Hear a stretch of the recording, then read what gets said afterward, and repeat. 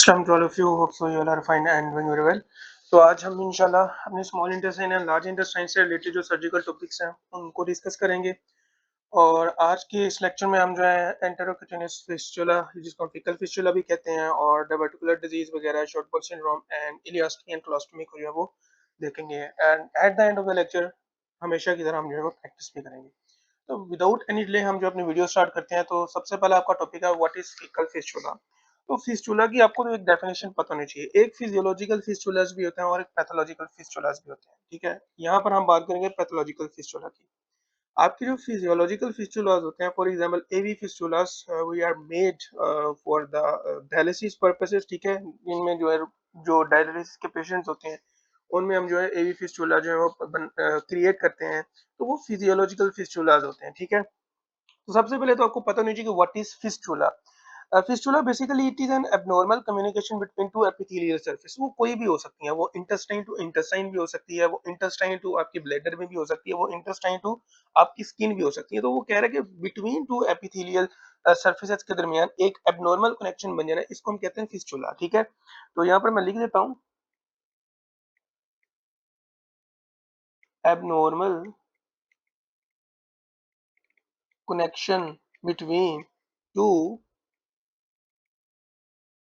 epithelial surfaces। अब ये जो आपका फीकल फिस्टुला है इसमें इसका दूसरा नाम क्या है? एंटेरोक्यूटेनियस फिस्टुला, ठीक है। एंटेरोक्यूटेनियस फिस्टुला, इसका मतलब ये है कि जो अबनॉर्मल कनेक्शन है वो इंटेस्टाइन एंड योर स्किन के दरमियान जो है, इस वजह इसका नाम है एंटेरोक्यूटेनियस फिस्टुला, ठीक है। अब ये जो आपका एंटेरोक्यूटेनियस फिस्टुला है ये स्मॉल बाउल और स्किन के दरमियान भी हो सकता है, ये लार्ज बाउल और स्किन के दरमियान भी हो सकता है, ठीक है। अब इसकी क्लासिफिकेशन पर आ जाओ तो classification is very very important, क्योंकि क्लासिफिकेशन के अकॉर्डिंग आपको जो है इसके डिफरेंट क्लिनिकल फीचर जो है या डिफरेंट प्रेजेंटेशन जो है वो देखने को मिलती है। तो सबसे पहले आ जाओ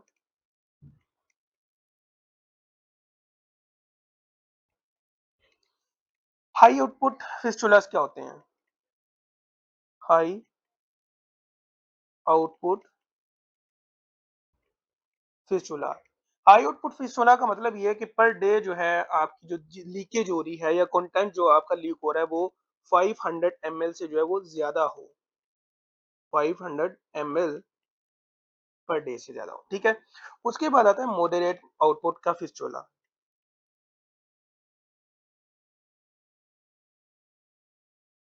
ठीक है। इसमें जो आपका जो कंटेंट होता है पर डे के हिसाब से जो लीक आउट हो रहा होता है वो है आपका 200 टू 500 ml पर डे के हिसाब से। और एक होता है लो आउटपुट फिस्टुला, इसमें आपका जो कंटेंट है वो less than 200 ml per day के हिसाब से होता है। हमने चीजों को समझना है, हमने इनको फैक्ट्स के साथ लेकर नहीं चलना है, ठीक है।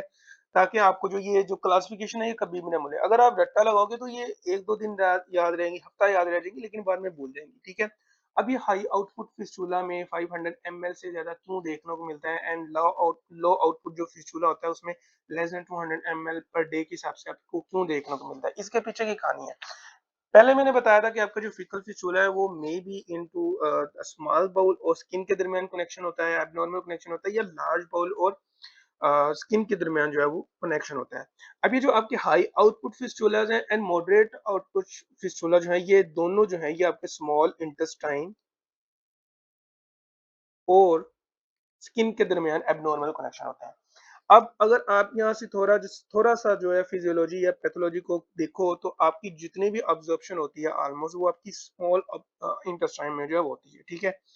अब अगर स्मॉल इंटेस्टाइन और स्किन के दरमियान एक फिस्टुला बन गया हुआ है तो अभी वहां पर एब्जॉर्प्शन हो रही है तो वहां पर जो कंटेंट होता है वो लिक्विड होता है, ठीक है। तो वो जो लिक्विड है वो ज्यादा बाहर आ सकता है, जिसकी वजह से आपको ये जो हाई आउटपुट फिस्टुलास होते हैं या मॉडरेट आउटपुट फिस्टुलास होते हैं ये मोस्टली जो है आपको स्मॉल इंटेस्टाइन और स्किन के कनेक्शन में मिलते हैं, ठीक है।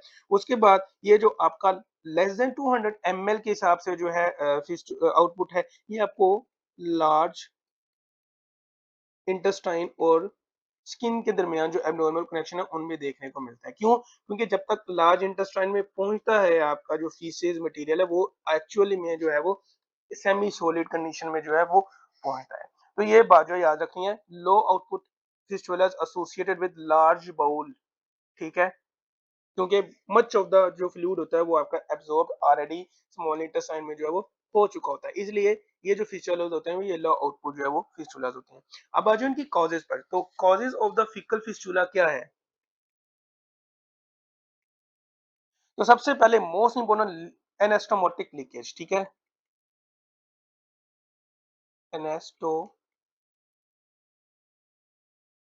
मोटिक लीकेज, और ये 85% ऑफ द पेशेंट जो फिजिकल फिस्टुला के साथ प्रेजेंट करते हैं उन्हीं के मोस्ट कॉमन काज है। अब एनास्टोमेटिक लीकेज जब होगी तो वहां पर इन्फ्लेमेशन होगी, फाइब्रोसिस होगी तो वहां पर जो है फिस्टुला जो बनने के हैं वो बहुत ज्यादा चांसेस जो है वो क्रिएट हो जाते हैं। दूसरी आपकी काज है इन्फ्लेमेटरी बाउल डिजीज, और इसमें भी जो मोस्ट कॉमनली जो आपने याद रखना है वो है क्रॉन डिजीज, ठीक है? तो इन्फ्लेमेटरी बाउल डिजीज को मैं ब्रैकेट में लिख देता हूँ, क्रोन डिजीज, ठीक है? अब क्रोन डिजीज में हम इंशाल्लाह इसी स्मॉल इंटेस्टाइन लार्ज इंटेस्टाइन के मॉड्यूल में आगे वाले लेक्चर में या उससे अगले वाले लेक्चर में देखेंगे कि इसमें होता क्या है।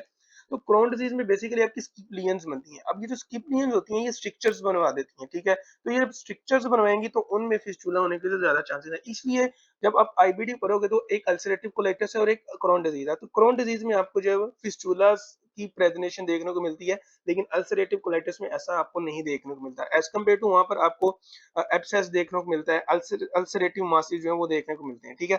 लेकिन क्रोन डिजीज में फिस्टुला जो बनते हैं because of their is skip lesions, ठीक है? स्किप लीजन्स वहां पर स्ट्रक्चर्स बन सकते हैं, वहां पर फिर जो है वो फिस्टुला जो है वो बन सकते हैं, ठीक है? उसके बाद डायवर्टिकुलर डिजीज,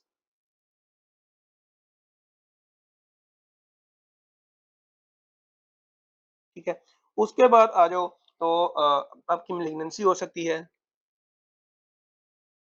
ठीक है? रेडिएशन एंटराइटिस हो सकता है, ठीक है?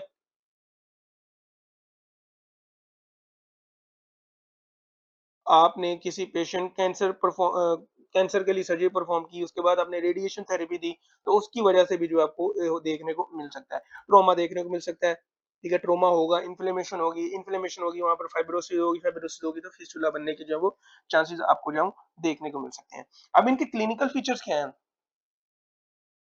तो फीकल फिस्टुला के क्लिनिकल फीचर्स, मोस्ट कॉमन काज क्या थी? आपकी जो एनास्टोमोटिक लीक थी। तो ये पेशेंट मोस्ट कॉमनली जो है 5th and 10th post operative day पर जो है वो आपके पास सिम्टम्स के साथ प्रेजेंट करते हैं। 5th 10th post OP day में जो है प्रेजेंट करते हैं। कौन कौन सी सिम्टम्स हो सकती हैं? आपके पास फीवर हो सकता है, ठीक है? उसके बाद टेकिकार्डिया, एब्डोमिनल टेंडरनेस,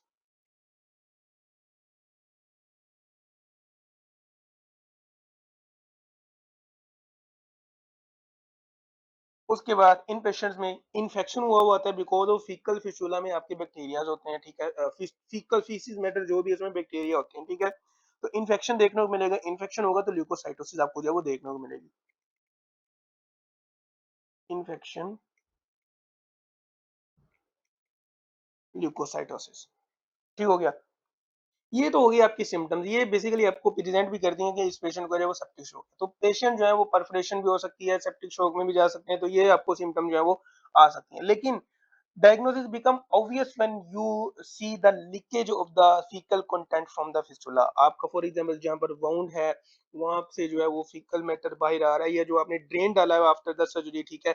वहां आपके ड्रेनेज बैग में जो है वो फीकल मैटर जो है वो देखने को मिलेगा। तो diagnose become obvious when you see fecal matter in drainage bag or in a wound, ठीक हो गया? तो ये बात आपने याद रखनी है।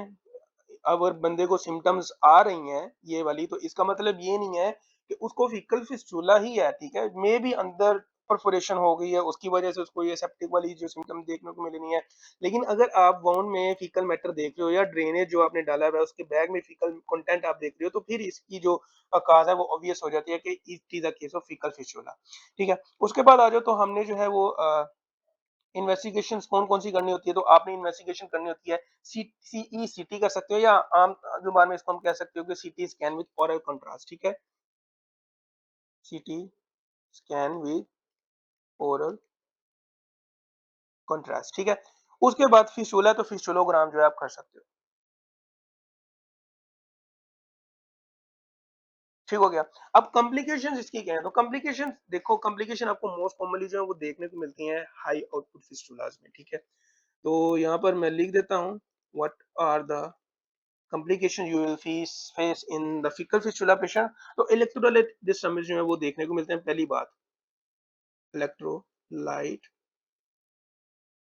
डिस्टर्बेंसेस, और ये मोस्ट कॉमनली जो आपको हाई आउटपुट फिस्टुलाज में देखने को मिलते हैं, जो कि स्मॉल इंटेस्टाइन के एसोसिएट साथ होते हैं। अब इलेक्ट्रोलाइट डिस्टर्बेंस क्यों देखने को मिलते हैं, वो इसलिए देखने को मिलते हैं कि वो जो अब्जॉर्प्शन होनी होती है वो अच्छे से नहीं हो पाती। तो वो जो लिक्विड कंटेंट है वो बाहर जा रहा है, ठीक है। तो जब वो लिक्विड कंटेंट बाहर जा रहा है, उसमें बाइल एसिड्स भी हैं, वहां पर इलेक्ट्रोलाइट्स भी आपके प्रेजेंट है, तो वो अच्छी तरह से अब्जॉर्ब नहीं हो पाएंगे। जब अब्जॉर्ब नहीं होंगे तो आपको इलेक्ट्रोलाइट डिस्टर्बेंस जो है वो देखने को मिलेगी, ठीक है। एक ये कॉम्प्लिकेशन होगी। दूसरी आपको जो है माल न्यूट्रिशन जो है वो देखने को मिलती है। तो माल न्यूट्रिशन का भी वही एक सिंपल सा फेनोमेना है कि अगर लिक्विड कंटेंट जो अभी लिक्विड है वो अच्छे से अब्जॉर्ब नहीं होगा, तो उसमें जो है न्यूट्रिशन प्रेजेंट है वो फिर अब्जॉर्ब नहीं होंगे, तो आपको जो है वो माल न्यूट्रिशन जो है वो देखने को मिलेगी, ठीक है। उसके बाद सेप्सिस आपको जो देखने को मिल सकता है। ऊपर हमने इसकी जो सिम्टम है वो देख ली है, ठीक है। Because of their is anastomotic leakage, ठीक है। तो एनास्टोमोटिक लीकेज हम पहले ही बता चुके हैं कि फीकल फिस्टुला की मोस्ट कॉमन काज है। तो एनास्टोमोटिक लीकेज होगा तो वहां पर पेरिटोनाइटिस होगा, वहां पर जो है फिर आपको सेप्सिस वाली सिम्टम जो है वो देखने को मिलेंगी, ठीक है। पेल्विक एब्सेस बन सकता है, ठीक है। तो ये सारी बातें जो है वो आपने याद रखनी है। उसके बाद आते तो इसका ट्रीटमेंट क्या है। व्हाट इज द ट्रीटमेंट, तो ट्रीटमेंट आपने याद रखना है स्नैप प्रिंसिपल से, ठीक है। यहाँ पर मैं निमोनिक लिख रहा हूँ, स्नैप, ठीक है। तो ऐसे आपने याद रखना है कि आपने इस बंदे को सेप्सिस है तो सेप्सिस कंट्रोल करना है, ठीक हो गया। उसके बाद ए से आपने याद रखना है कि इसमें पेशेंट में माल न्यूट्रिशन है, तो आपने जो न्यूट्रिशनल मैनेजमेंट लाजमी करनी है, न्यूट्रिशनल मैनेजमेंट। ए से आपने जो याद रखना है वही याद रखना है कि इन पेशेंट में जो एनाटॉमिकल डिलिनिएशन करनी होती है, मतलब कि प्रॉपर इमेजिंग करनी होती है, ताकि आपको पता लगे कि एक्चुअल में फिस्टुला कहाँ पर है। फिर आप जो उसको जो है आगे वाला जो पी है, प्लान सर्जरी जो है वो परफॉर्म कर सको। तो यहाँ पर लिख रहा हूँ मैं,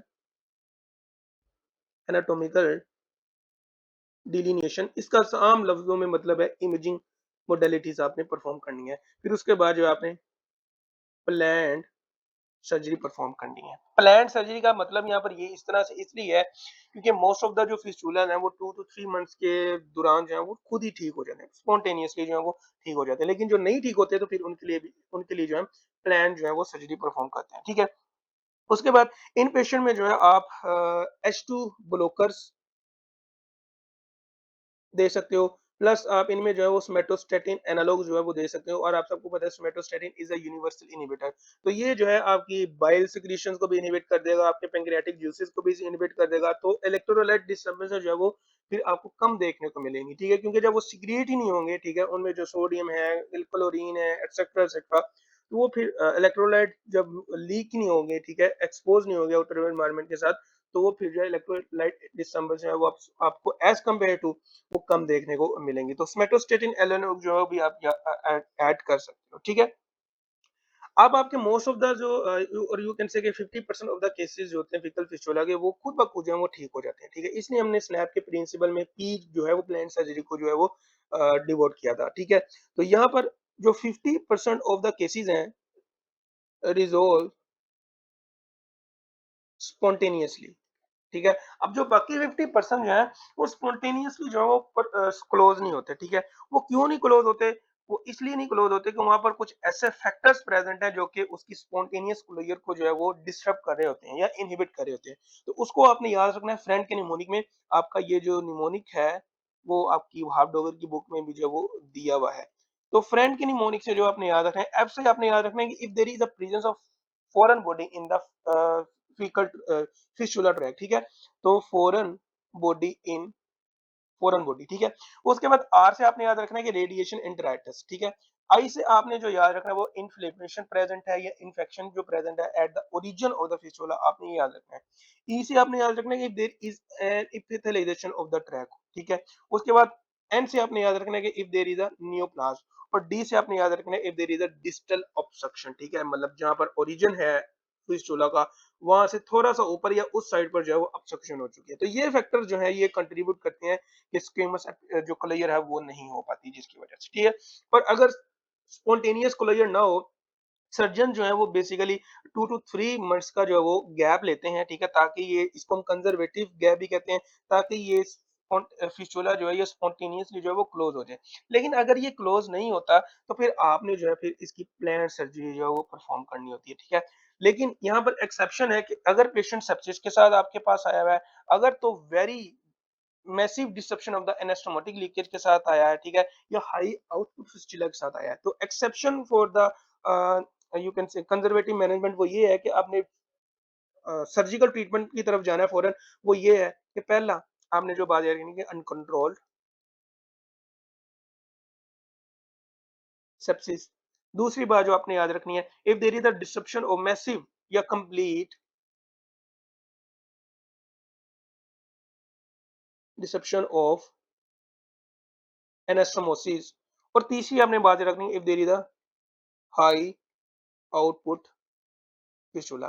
इन केसेस में आपने जो है वो सर्जरी परफॉर्म करनी होती है। आपने कंजर्वेटिव मैनेजमेंट की तरफ नहीं जाना होता। हाँ, लेकिन अगर इन ये कोई कुछ भी प्रेज़ेंट नहीं है, ठीक है? तो आपने फिर जो है वो स्पॉन्टेनियसली जो है वो वेट करना है कि फिस्टुला जो है वो खुद ब खुद क्लोज़ हो जाए। अगर नहीं होता तो फिर आपने प्लान्ड सर्जरी की तरफ जो है वो जाना है, ठीक है?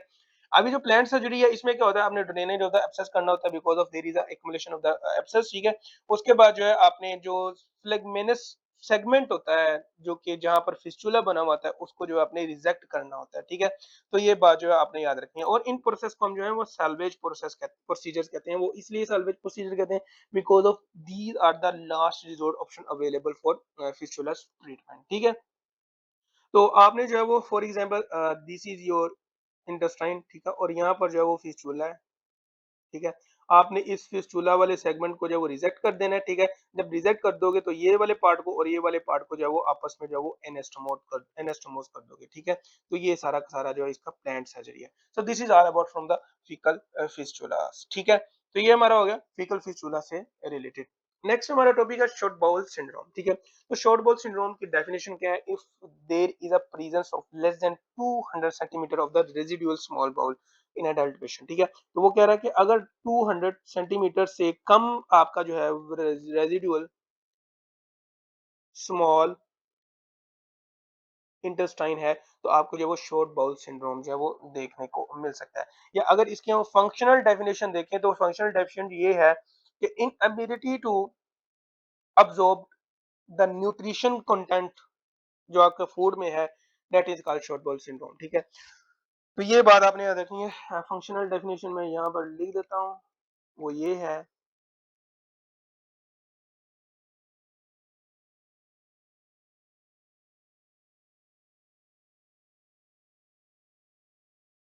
insufficient intestinal absorptive capacity that leads to clinical symptoms, ठीक है? वो आपकी जो है वो माल एब्जॉर्प्शन भी हो सकती है, वो आपकी जो है वो डायरिया वगैरह भी जो है वो हो सकता है, ठीक है? तो ये बात जो है आपने याद रखनी है, ठीक है? अब जो क्लिनिकल सिग्निफिकेंस है वो कब आपको आती है, वो आपकी भाप डॉगर की बुक में लिखा हुआ है कि अगर तो 50% से ज्यादा इंटेस्टाइन डिजेक्ट है, 50% तक सॉरी, तो आपकी जो इंटेस्टाइन है वो टॉलरेट कर सकती है उसको, ठीक है? If there is a 50% of resected bowel, तो ये टॉलरेट कर सकती है। लेकिन अगर 50 से ज़्यादा हो और 80% मतलब आप यूँ कह सकते हैं 50% से जो ज़्यादा हो, तो फिर जो है आपको क्लिनिकली जो है वो सिम्पटम जो है वो आपको देखने को मिलेंगी, माल एब्जॉर्प्शन की सिम्पटम देखने को मिलेगी एटसेट्रा, एटसेट्रा, ठीक है? तो आपके जो अडल्ट्स हैं फॉर एग्जांपल उनमें शॉर्ट बॉल सिंड्रोम भी है और साथ में उनका जो कोलोन है वो भी फंक्शनल नहीं है, तो उनमें जो है फिर आप TPN total parental nutrition for a life long जो है वो देनी पड़ती है आपको, ठीक है? तो ये भी बात जो है आपने याद रखनी है। यहाँ पर आपकी भावडोगरी बुक में लिखा हुआ है कि अगर आपके पास इन्फेंट आता है विद शॉर्ट बॉल सिंड्रोम के साथ एंड उसकी अगर 10 सेंटीमीटर भी अगर स्मॉल बॉल प्रेजेंट है, ठीक है? यहाँ पर हालाँकि बात हो रही है 200 सेंटीमीटर और यहाँ पर जब सिम्पटम्स आपको देखने को मिलती है वो लेस दैन 100 सेंटीमीटर के अराउंड जो है वो सिम्पटम देखने को मिल जाती है। लेकिन वो कह रहे हैं कि अगर इन्फेंट आपके पास प्रेज़ेंट करता है और अगर उसके पास जो है वो 10 सेंटीमीटर तक भी अगर जो है स्मॉल इंटेस्टाइन प्रेज़ेंट है जो कि अब्ज़ॉर्प्शन की कैपेसिटी को मेंटेन करती है, तो वहाँ पर जो है वो टीपीएन की वो जो है इतनी ज़रूरत नहीं पड़ती, ठीक है? ये इन्फेंट्स की बात हो रही है, ठीक है? तो ये बात जो है आपने याद रखनी है। कॉजेज़ पर आ जाओ, तो कॉजेज़ क्या हैं? तो कॉजेज़ में सबसे पहले तो मेसेंटेरिक इन्फेक्शन, मेसेंटेरिक इन्फेक्शन और इसमें जो मोस्ट कॉमन जो आपकी आर्टरी इन्वॉल्व होती है, वो होती है आपकी एसएमए, ठीक है? अब ये जो एसएमए है, ये किस रीजन को सप्लाई करती है? ये आपके सेकंड पार्ट ऑफ ड्यूडेनम से लेके आपका जो ट्रांसवर्स क्लोन का जो फर्स्ट हाफ है, ठीक है? वहाँ तक जो है वो सप्लाई करती है। अब यहाँ पर आप समझ लो कि पूरी की पूरी आपकी स्मॉल इंटेस्टाइन और आपका जो ट्रांसवर्स आपका जो कोलोन है उसका हाफ, ठीक है? तो इतना ज़्यादा अगर एरिया एसएमए सप्लाई करेगी, तो अगर इसका इन्फेक्शन हो जाए, तो क्या होगा? आपकी जो इंटेस्टाइन है, वहाँ पर गैंग्रीन बन जाएगी, ठीक है? तो जब गैंग्रीन बन जाएगी तो फिर आपको जो है वो नॉन फंक्शनल हो जाएगी। आप चाहे वहाँ पर ऑक्सीजन या आप उसको ठीक भी कर लो तो वो फिर दोबारा से जो है फॉर एग्ज़ाम्पल वहाँ पर अगर नेक्रोसिस ऑलरेडी हो चुकी है, तो वहाँ पर जो है वो दोबारा से वो फंक्शन नहीं कर पाएगी, तो आपको वो रिमूव करना पड़ता है। तो जब वो रिमूव करोगे तो ऑलरेडी वो फिर क्या हो जाएगा, आप पूरी की पूरी स्मॉल इंटेस्टाइन जो है वो रिमूव कर रहे हो, ठीक है? तो यहाँ पर बताया भी गया था कि 50% अगर स्मॉल इंटेस्टाइन आपने रिमूव किया है, फिर भी वो टॉलरेट है। लेकिन अगर 50 टू 80% रिजेक्ट किया है, ठीक है? फिर वो आपको शॉर्ट बॉल सिंड्रोम की जो सिम्पटम करवाएगा। लेकिन यहाँ तो आप सारी की सारी स्मॉल इंटेस्टाइन प्लस आप कोलोन भी नहीं खा रहे हो, तो यहाँ तो डेफिनिटली आपको शॉर्ट बॉल सिंड्रोम की जो है वो सिम्पटम देखने को मिलेगी, ठीक है? उसके बाद ट्रॉमा, ठीक है? उसके बाद क्रोन डिजीज़, ठीक है? तो क्रोन डिजीज़ में बेसिकली आप क्या करते हो कि जो आपको मैंने पहले बताया कि स्किप लियन के साथ ये जो है पेशेंट आते हैं, तो skip lesion for example this is your small intestine, एक यहाँ पर लियन है, ठीक है? एक यहाँ पर लियन है, ठीक है? आप ये क्रोन डिजीज़ जो है ये सर्जिकली जो है क्यूरेबल नहीं है, लेकिन सीवियर केसेज़ में आपको करनी भी पड़ जाती है। तो फिर आप क्या करोगे, जहाँ-जहाँ पर स्किप लियन है आपने वहाँ पर जो है वो स्मॉल इंटेस्टाइन को रिजेक्ट करना है, आपस में जोड़ देना है। अब अगर ये वाला हिस्सा निकाल दोगे, ये वाले निकाल दोगे, ये वाले निकाल दोगे, ये वाला, तो स्मॉल इंटेस्टाइन जो आपकी छोटी हो जाएगी ऑलरेडी, ठीक है? तो इन केसेस में भी जो आपको शॉर्ट बॉल सिंड्रोम जो है वो देखने को मिल सकता है, ठीक है? मिडगल वल्वुलस में आपको देखने को मिल सकता है, ठीक है? इसमें भी स्ट्रैंगुलेशन होगी, जब स्ट्रैंगुलेशन होगी तो नेक्रोसिस इस्कीमिया देखने को मिलेगा, ठीक है? मल्टीपल फिस्टुलास हैं, ठीक है? ठीक है? अगर मल्टीपल फिस्टुला है तो फॉर एग्जांपल यहाँ पर भी फिस्टुला है, यहाँ पर भी फिस्टुला है, यहाँ पर भी फिस्टुला है, तो हम पहले ट्रीटमेंट दे के आएँगे सर्जिकल ट्रीटमेंट कि अगर तो वो स्पॉन्टेनियस क्लोज नहीं होता तो अपने प्लांट सर्जरी के साथ जो है वो उसको उस एरिया को जो रिजेक्ट करना होता है। तो आप यहाँ से रिजेक्ट करोगे, यहाँ से रिजेक्ट करोगे तो इन केस ऑफ मल्टीपल फिस्टुलास फिर भी जो है आपको शॉर्ट बॉल सिंड्रोम जो है वो देखने को मिल सकता है। ठीक हो गया? उसके बाद अगर हम बात करें तो स्मॉल बॉल ट्यूमर्स, ठीक है? तो ये इतना याद रखने की ज़रूरत नहीं है, आपने क्रोन डिजीज़ को याद रख लेना है, मेसेंटेरिक इन्फेक्शन को नहीं भूलना, मिडगट वल्वुलस, ये सारी की सारी जो है एक सेंस बना के आपको मैं समझा रहा हूँ ताकि आपको जो है वो ये चीज़ें ना भूलें, ठीक है? उसके बाद आ जाओ तो इसकी पैथोफिजियोलॉजी क्या है? तो यहाँ पर यही इनकी जो है वो सिम्पटम्स भी हैं, क्लिनिकल फीचर्स अगर हम बात करें, तो सबसे पहले तो आपको एसिड डायरिया देखने को मिलता है, ठीक है? उसके बाद इलेक्ट्रोलाइट जो है और फ्लूइड लॉस जो है वो देखने को मिलता है।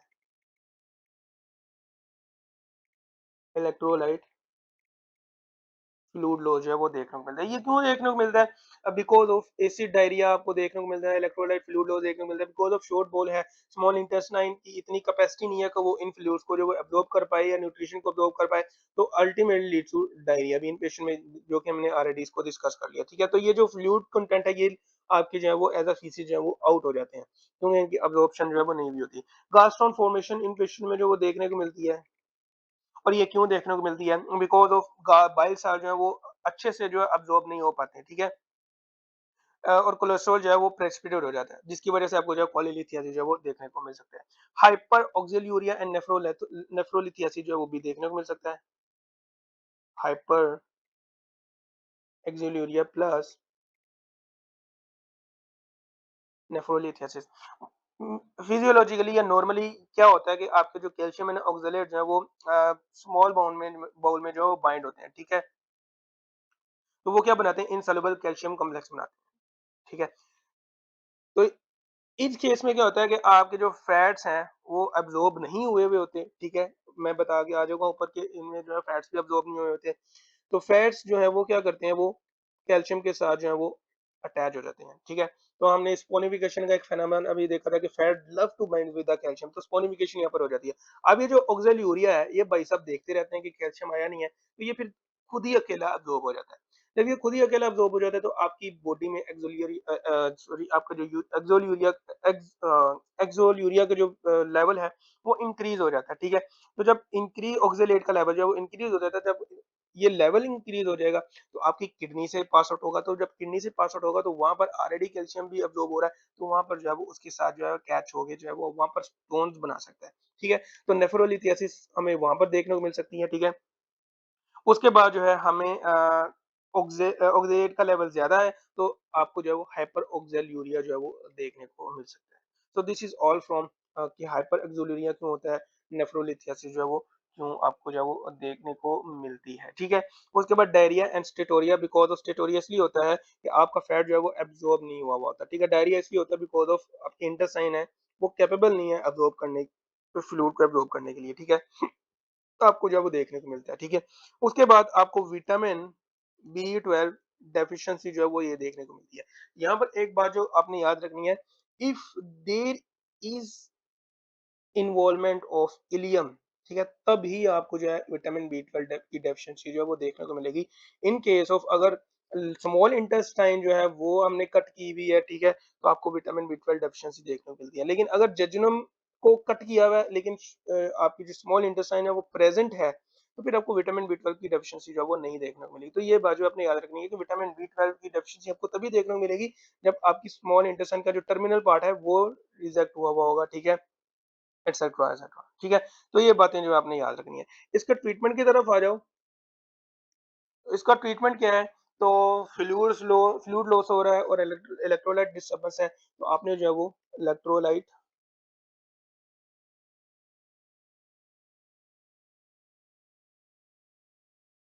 फ्लूइड एक्सचेंज उसके उस पेशेंट में जो है करना है, ठीक है? उसके बाद इन पेशेंट में जो है अपने लाइफ लॉन्ग जो है वो टीपीएन भी करना होता है, वो मैंने आपको पीछे बता दिया क्राइटेरिया कि if residual length of the small ball is less than 100 centimetre, तब आपने इन पेशेंट में लाइफ लॉन्ग टीपीएन जो है वो करना होता है, ठीक है? H2 ब्लॉकर्स देने होते हैं ताकि आपका जो एसिड डायरिया है उसको जो है हम अवॉइड कर सकें, ठीक है?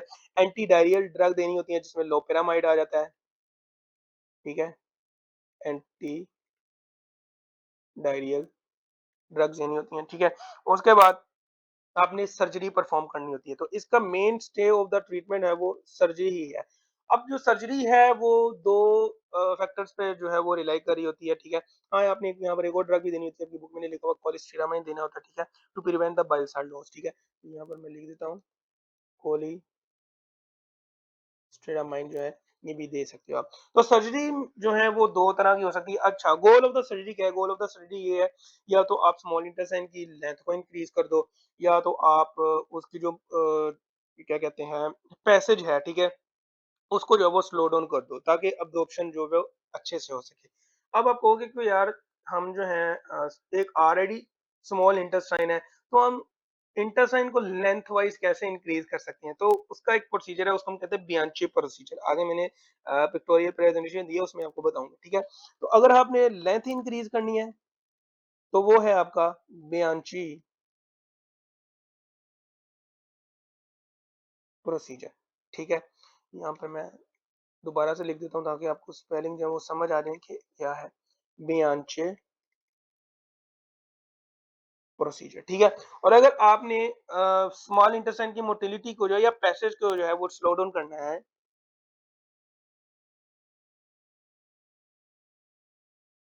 तो उसके लिए जो आपका स्टेप प्रोसीजर है, स्टेप्स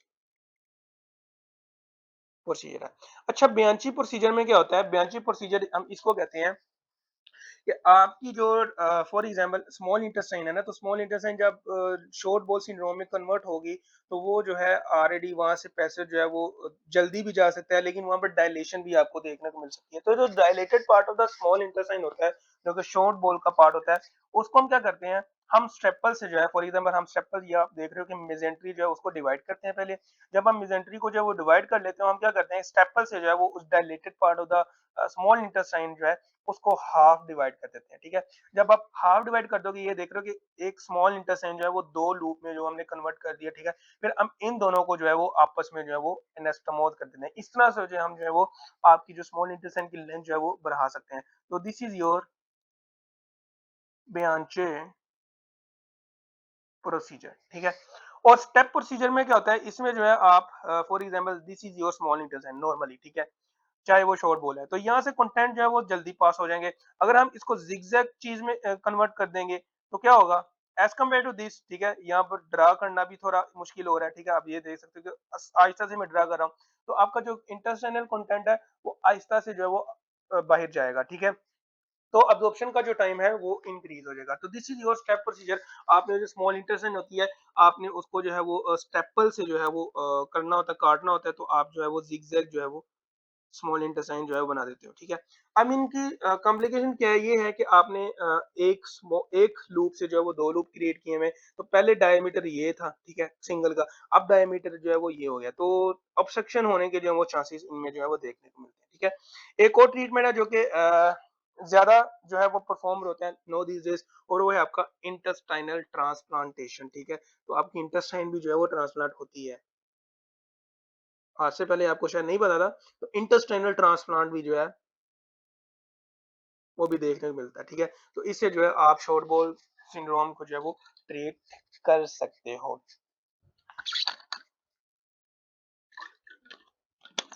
अब आज जो हमारा नेक्स्ट टॉपिक है, and that is your diverticular disease. तो डायवर्टिकुलर डिजीज है क्या, basically it is an outpouching of its wall of the intestine, चाहे वो स्मॉल इंटेस्टाइन है, चाहे वो लार्ज इंटेस्टाइन है, एटसेट्रा एटसेट्रा, ठीक है।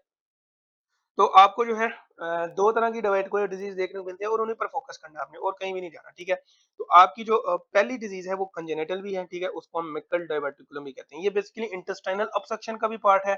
ये यहाँ स्मॉल इंटेस्टाइन लार्ज इंटेस्टाइन में भी हम डिस्कस करें, लेकिन हम जब इंटेस्टाइनल डिस्ट्रक्शन को डिस्कस करेंगे, तब भी जो है हम इसको देखेंगे कि व्हाट इज मिकल डायबिटिकुलम, ये कैसे ऑब्स्ट्रक्शन करवाती है, ठीक है। तो आपकी जो है डायबिटिकुलर डिजीज दो तरह की हो सकती है, या तो वो क्लोन में हो सकती है, या तो वो स्मॉल इंटेस्टाइन में होती है। In case of small intestine it is always due to the congenital cause, और that is your Meckel's diverticulum, ठीक है। तो यहाँ पर मैं लिख देता हूँ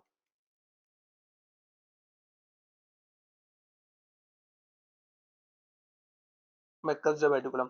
और हमेशा जो एक्वायर्ड काज होती है, दिस इज योर कंजेनिटल काज। और हमेशा जो एक्वायर्ड काज होती है वो आपको क्लोनिक डायबिटिकुलम में देखने को मिलती है, colonic diverticulum, and this is your always acquired cause, ठीक है।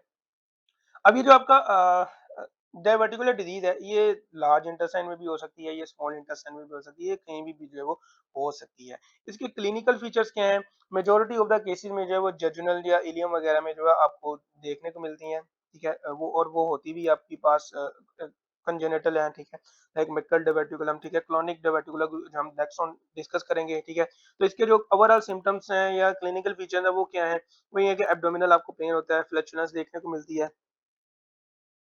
आपकी क्लिनिकल फीचर्स क्या हैं, एब्डोमिनल पेन देखने को मिलती है, फ्लैचुलेंस देखने को मिलती है, बोर ब्रीगमी देखने को मिलती है, बोर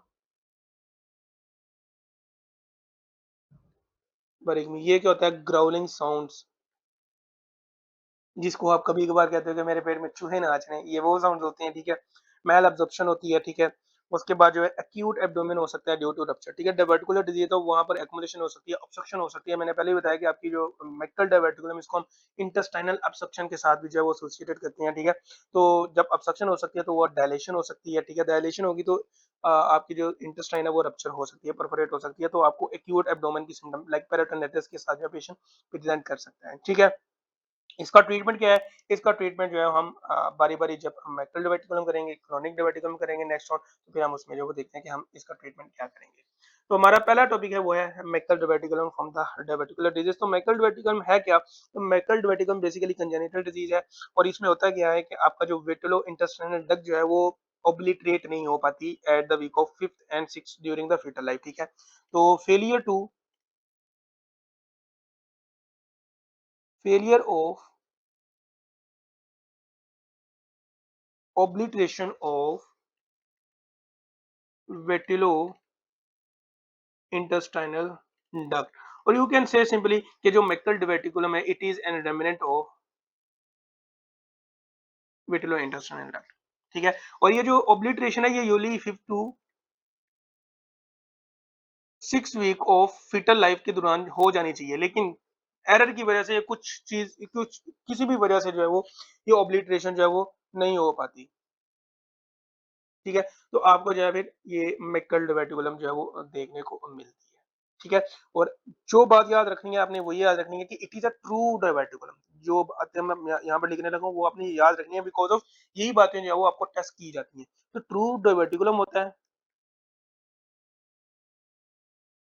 इसका मतलब ये है कि all 3 layers of the small intestine या स्मॉल बोल इसमें प्रेजेंट होती है। दूसरी बात, ये एक्चुअल में होती कहाँ पर है, ठीक है। आपका जो anti mesenteric border of the terminal ileum है ये वहां पर मोस्टली आपको देखने को मिलती है। Anti mesenteric border of terminal ileum, ठीक है। तीसरी बात जो आपने याद रखनी, it has its own blood supply, it has its own blood supply. और चौथी बात जो मोस्ट इंपोर्टेंट आपने याद रखनी है वो याद रखनी कि इनमें जो है वो इलियल म्यूकोजा तो होता ही होता है उसका, ठीक है। लेकिन इनके साथ एक और म्यूकोजा भी हो सकता है, चाहे वो मोस्ट कॉमनली जो है वो गैस्ट्रिक म्यूकोजा हो सकता है, या सेकंड नंबर पे जो है वो पैंक्रियाटिक म्यूकोजा हो सकता है। लेकिन मोस्ट कॉमनली जो वो गैस्ट्रिक म्यूकोजा होता है, इस वजह से जो मैकल डिबेटिकुलम के जो पेशेंट है वो ब्लीड करते हैं। मोस्टली एसिम्प्टोमेटिक होते हैं, लेकिन अगर गैस्ट्रिक म्यूकोजा प्रेजेंट हो मैकल डिबेटिकुलम में तो वो फिर ब्लीडिंग करते हैं। क्यों करते हैं? Because of gastric mucosa. तो गैस्ट्रिक म्यूकोजा का क्या मकसद है? एसिड प्रोड्यूस करना। तो वो जो एसिड है वो परफोरेशन करवा सकता है, और चूंकि इसकी खुद की ब्लड सप्लाई होती है तो ब्लड आपको जो है वो देखने को मिला है, तो ब्लीडिंग आपको जो है वो देखने को मिलती है, हेमरेज देखने को मिल सकता है, ठीक है। उसके बाद और कौन-कौन से आपके जो है अदर कॉजेज़ प्रेज़ेंट हो सकते हैं, वो इतना इम्पोर्टेंट नहीं, लेकिन आपकी बुक में लिखा हुआ है एंडोमेट्रियोसिस जो है वो प्रेज़ेंट हो सकती है, ठीक है। हेपेटोबिलियरी टिश्यू जो है वो प्रेज़ेंट हो सकता है, या कोलोनिक म्यूकोसा जो है वो प्रेज़ेंट हो सकता है। लेकिन ये 2 जो है मोस्ट इम्पोर्टेंट, गैस्ट्रिक म्यूकोसा और उसके बाद पैंक्रियाटिक म्यूकोसा जो है सेकंड मोस्ट, ये आपने जो है वो नहीं भूलना। रूल ऑफ 2 क्या है मैकल डिबर्टिकुलम का? तो इससे जो आपको लिए ईज़ी हो जाएगा याद रखना है मैकल डिबर्टिकुलम को।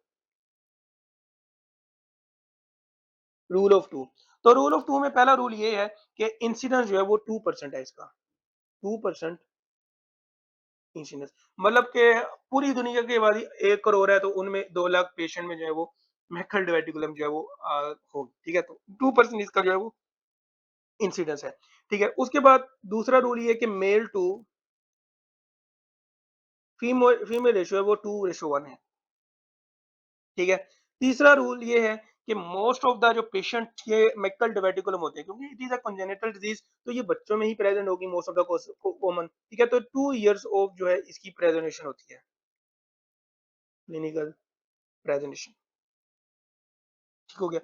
चौथी बात, it is mostly 2 feet proximal to the ileocaecal junction, ठीक है। तो लोकेटेड ऑफ द इलियम में होता है, तो it is almost 2 feet from ileocaecal junction, ठीक है। पांचवी बात जो आपने रूल ऑफ 2 की याद रखनी है वो याद रखनी है कि इसकी जो बेस होती है वो टिपिकली 2 इंच जो विड्थ होती है इसकी, 2 इंच विड्थ होती है, और इसकी जो लंबाई है वो भी 2 इंच ही होती है, ठीक है। बेस जो है वो 2 इंच होती है और लंबाई भी जो है उसकी 2 इंच ही होती है, ठीक है। And it often contains 2 type of mucosa, एक तो आपका इलियम जो है वो नहीं होना है, प्लस इसमें जो है आपका गैस्ट्रिक म्यूकोसा हो सकता है या कुछ और हो सकता है। तो ये बातें रूल ऑफ 2 की जो आपने लाजमी याद रखनी है। मैकल डुवर्टिकुलम के जो मोस्ट ऑफ द केसेस हैं ये एसिम्प्टोमेटिक हैं, ठीक है। पहले भी बताया कि मैकल डुवर्टिकुलम जो है एसिम्प्टोमेटिक होती है और ये इंसिडेंटली जो है वो आपको देखने को मिलती है ड्यूरिंग द एक्सप्लोरेटरी सर्जरी या एपेंडेक्टमी की जो आप सर्जरी परफॉर्म कर रहे हो तो आपको अपेंडिसाइटिस नहीं मिलती। तो इसकी जो सिम्टम्स हैं आगे डायवर्टिकुलाइटिस हम देखेंगे।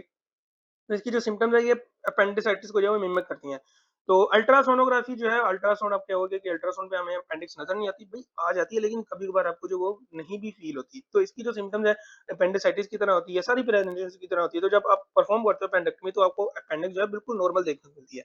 तो यहाँ पर मेरे एक सर्जन ने मुझे बताया था कि whenever you perform the appendectomy और you see the appendix is normally totally fine, ठीक है? You should need to explore the 2 feet proximal area from the ileocecal junction, that is your bloody mecal diverticulitis, ठीक है। Inflammation हो जाती है diverticulum की तो मेकल डायवर्टिकुलाइटिस हम कहते हैं। तो आपने जो है अगर अपेंडेक्टमी के दौरान अपेंडिक्स बिल्कुल नॉर्मल देखने को मिली है तो अपने 2 फीट जो है इलियोसिकल जंक्शन से जो है एक्सप्लोरेटरी जो है वो एब्डोमिनल सर्जरी करनी है जिसमें आपने जो है वो देखना है कि may be it is a case of मेकल diverticulitis, फिर आपने जो है वो उसको ट्रीट कर लेना है, ठीक है।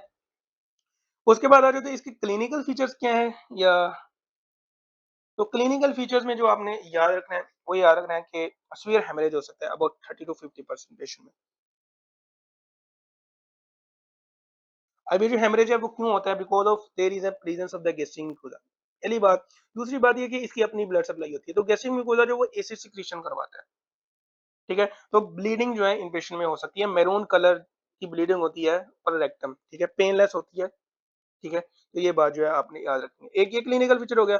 दूसरा क्लिनिकल फीचर ये है कि मेकल डायवर्टिकुलाइटिस जो है वो हो सकता है आपको, ठीक है।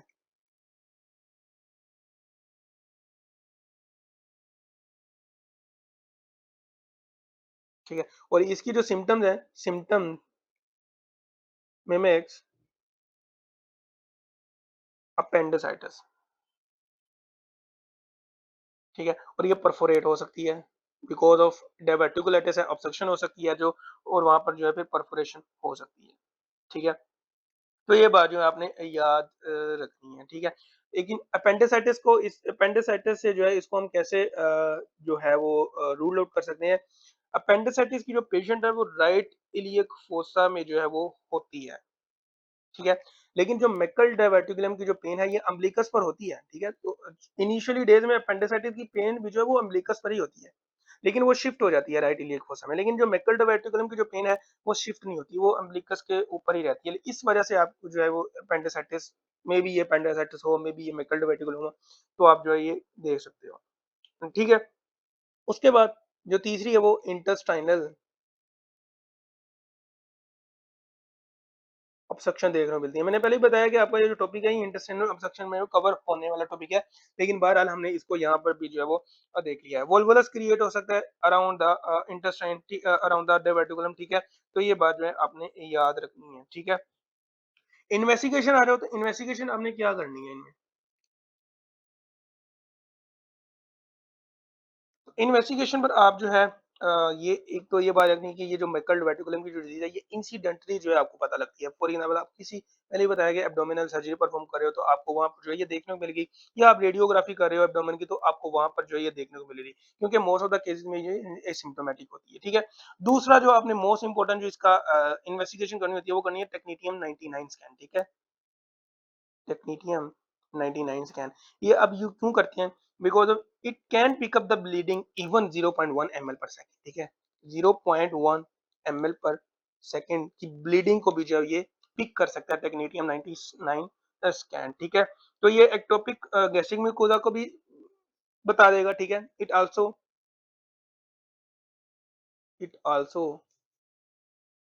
टेल अबाउट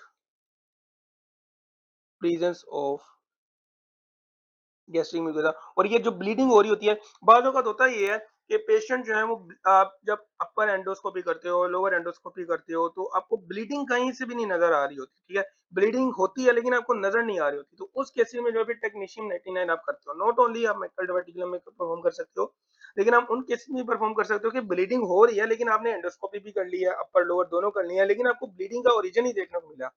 तो फिर आपने जो टेक्नीशियन 99 परफॉर्म करना होता है। तो यहाँ पर वो बता रहा है कि even it can pick up to 0.1 ml per second, ये बहुत माइनर ब्लीडिंग है, तो ये आपका टेक्नीशियन 99 स्कैन जो है ये पिकअप कर सकता है, ठीक है।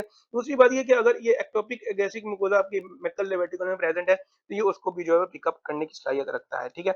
दूसरा आपके पास कॉन्ट्रास्ट स्टडी आप कर सकते हो, जब कॉन्ट्रास्ट स्टडी करोगे तो आपको जो है मेकल लेवेटिकल जो है वो नजर आएगी। तो कॉन्ट्रास्ट स्टडीज, ठीक है। तीसरा आपके पास है एंजियोग्राफी आपने करनी होती है, ठीक है। ये इसलिए करनी होती है कि आपने रूल आउट करना होता है कि कौन सी जो है आपकी आर्टरी जो है वो ब्लीड कर रही होती है, या site of to localize site of bleeding, ठीक है। तो ये सारा का सारा जो है आपका जो है वो इन्वेस्टिगेशन ऑफ चॉइसेस है। ट्रीटमेंट पे आ जाओ, तो ट्रीटमेंट हमने क्या करना होता है इन पेशेंट में। तो ट्रीटमेंट में जो है अगर ब्लीडिंग हो रही है तो आपने जो है ब्लीडिंग को रोकना है, ठीक है। तो ब्लीडिंग जो है वो आपने सेगमेंटल, जहाँ पर मैकल डायवर्टिकुलम है उसका जो है फॉर एग्जांपल यहाँ पर है, तो आपने ये वाला जो सेगमेंट है ये रिजेक्ट कर देना है, ठीक हो गया। उसके बाद अगर डायवर्टिकुलेटस है, ठीक है, जारी बात है जब डायवर्टिकुलेटस है तो आपने उसको भी जो है रिजेक्ट कर लेना है, ठीक है। तो ट्रीटमेंट में आपने याद रखना है कि सर्जरी आपने परफॉर्म करनी है if there is a bleeding, ठीक है, if there is a diverticulitis, ठीक है, और अगर तो ऑब्स्ट्रक्शन है पेशेंट में, ठीक है, और अगर आप इंसिडेंटली जो है वो देखते हो। अब ये इंसिडेंटली जब आप देखते हो तो इसका रूल है एक, ठीक है। अगर आपने देखा है कि इसका जो एरिया है, ठीक है, बेस जो है वो नैरो नहीं है, वो वाइड है, तो आपने जो है और वाइड माउथ के साथ प्रेजेंट है, if there is a wide mouth plus wide base, ठीक है, तो आपने जो इसको ऐसे ही छोड़ देना, जरूरत नहीं है इसको रिसेट करने की, ठीक है, ठीक है। लेकिन अगर बेस भी थिन है या नैरो है, ठीक है, माउथ भी नैरो है, तो फिर जो है आपने इसको रिजेक्ट कर लेना है।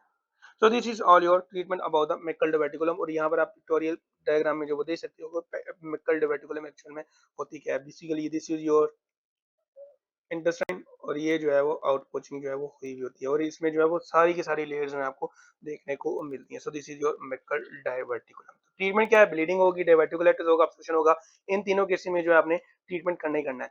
चौथी बात, इंसिडेंटली अगर आप अपेंडेक्टमी परफॉर्म कर रहे हो तो आपको जो है ये मेडिकल डिवर्टिकुलम जो है वो देखने को मिल गई है, तो आपने दो चीजें देखनी है, if there is a wide mouth और वाइड बेस जो है, अगर ये हुई तो आपने जो है वो अमेंडमेंट कर देनी है, मतलब कि आपने जो रिजेक्ट नहीं करना। लेकिन अगर नैरो माउथ है, नैरो बेस है, तो फिर आपने जो उसको रिजेक्ट करना है, क्योंकि फ्यूचर में जो है वहाँ पर ऑब्स्ट्रक्शन, डायवर्टिकुलाइटिस या ब्लीडिंग जो है वो सिम्टम्स आपको देखने को मिलेंगी। सो this is all from the मेकल diverticulum. अब आ जाओ व्हाट इज क्लोनिक डायवर्टिकुला। तो clonic diverticula basically it is N acquired, ठीक है, पहले बता चुका हूँ कि इट इज एन एक्वायर्ड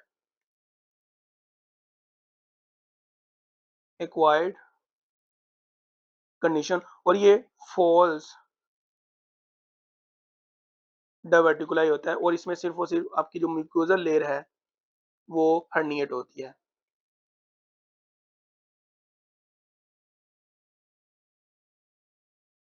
ठीक हो गया। और मोस्ट ऑफ द आपको जो क्लोनिक डायवर्टिकुला है वो अबाउट 90% वो सिग्मोइड में जो है वो देखने को मिलते हैं, सिग्मोइड क्लोन, ठीक हो गया। उसके बाद ये किन पेशेंट में जो है वो मोस्टली ऑफ द आपको देखने को मिलता है, ये आपको जो है वो पेशेंट जो कि जिनमें डाइटरी फाइबर जो इनटेक है वो बहुत ज्यादा है, बहुत कम है, sorry, lack of dietary fibre intake, ठीक है, that results in small stool volume, small stool volume. तो स्मॉल स्टूल वॉल्यूम होगा तो इसको पुश करने के लिए लार्ज प्रेशर इंट्राल्यूमिनल रिक्वायर्ड होगा, increase requires large intraluminal pressure. तो जब प्रेशर ज्यादा होगा तो एक्वायर्ड है, तो इसमें जो है हर्निएशन जो है वो हो सकती है, तो इस वजह से आपको क्लोनिक डायवर्टिकुला जो वो देखने को मिलता है। And remember one thing, it present in 5th to 6th decade of your life, ठीक है, ये बात जो है आपने याद रखनी है। And most of the cases जो है वो एसिम्प्टोमेटिक होती हैं और ये मल्टीपल होते हैं, ठीक है। डायवर्टिकुलोसिस भी जो है आपको मल्टीपल जो है वो मोस्ट कॉमन प्रेजेंटेशन इसकी डायवर्टिकुलोसिस है, ठीक है। मोस्टली आर एसिम्प्टोमेटिक, ठीक है, but most common presentation is diverticulosis, और ये डायवर्टिकुलोसिस मल्टीपल आउटपोचिंग जो है वो आपको देखने को मिलती हैं, ठीक है। उसके बाद आपको जो है वो इरिटेबल बाउल सिंड्रोम के साथ पेशेंट प्रेजेंट कर सकते हैं। कॉन्स्टिपेशन इन पेशेंट में ज़ाहिर बात होती है, क्योंकि if there is a more diverticular present, ठीक है, डायवर्टिकुलोसिस कहते हैं, तो आपको कॉन्स्टिपेशन जो है वो देखने को मिलेगी, ठीक है। तो उसके बाद इसकी जो है वो कॉम्प्लिकेशंस क्या हैं? व्हाट आर द कॉम्प्लिकेशन और द क्रोनिक डायवर्टिकुलर? तो इसकी जो कॉम्प्लिकेशन है वो ये है कि डायवर्टिकुलाइटिस हो सकता है, सारी बात है, हो सकता है, ठीक है।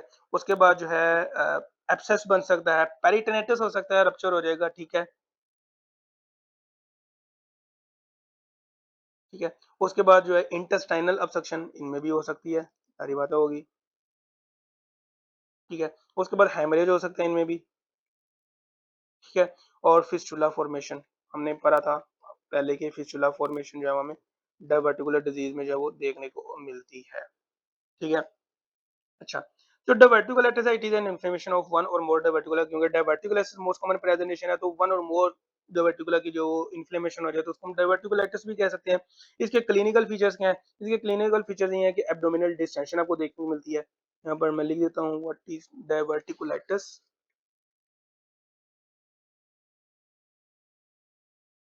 तो डायवर्टिकुलाइटिस में जो है it is N inflammation of the diverticula, ठीक है। इसके क्लिनिकल फीचर्स क्या है? इसके क्लिनिकल फीचर्स ये हैं कि एब्डोमिनल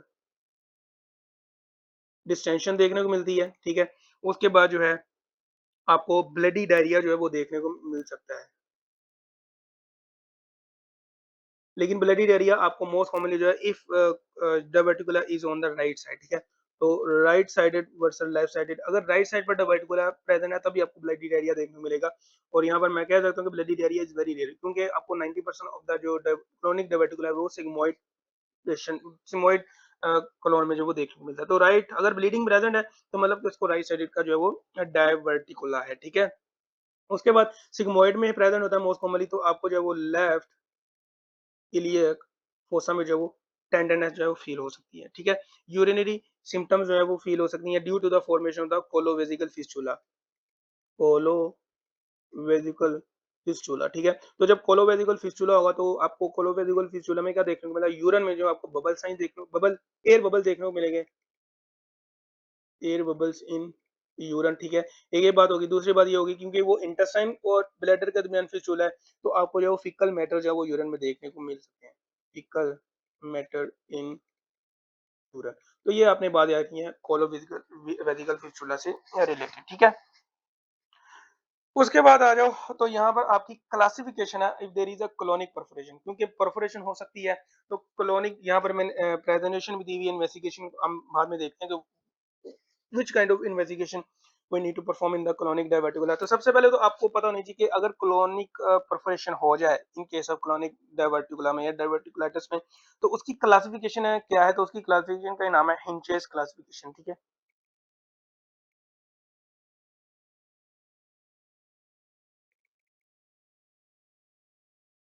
तो टाइप 1 हिंचे क्लासिफिकेशन में आपको क्या देखने को मिलता है? इफ देयर इज अ पेरिकोलिक या पैराकोलिक या लोकलाइज एब्सेस हो, ठीक है। परफोरेशन हो चुकी है, ठीक है, अब एब्सेस ने बनना है। तो ये एक बात याद रखनी है, या तो लोकलाइज एब्सेस होता है, ठीक है, इसको हम पेरिकोलिक या पैराकोलिक एब्सेस भी कहते हैं, ठीक है। दूसरी इसकी टाइप क्या है? If there is a pelvic abscess formation, अब जो एब्सेस है वहां वो पेल्विक तक जो है फैल गया है, ठीक है। तीसरी classification if there is a prevalent peritonitis, ठीक है,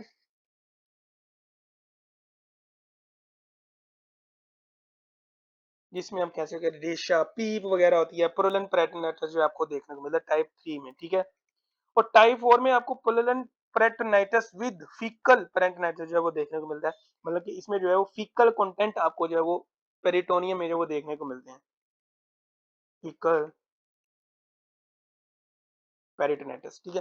टाइप 3 टाइप 4 में सिर्फ ये डिफरेंस है कि इसमें आपको जो फीकल कंटेंट देखने को मिल रहे हैं और इसमें जो है वो एक्सट्रीमली जो है वो आपको प्रोलैंड जो है वो रेशा पी वगैरह जो है वो देखने को जो है वो मिलती है, ठीक है।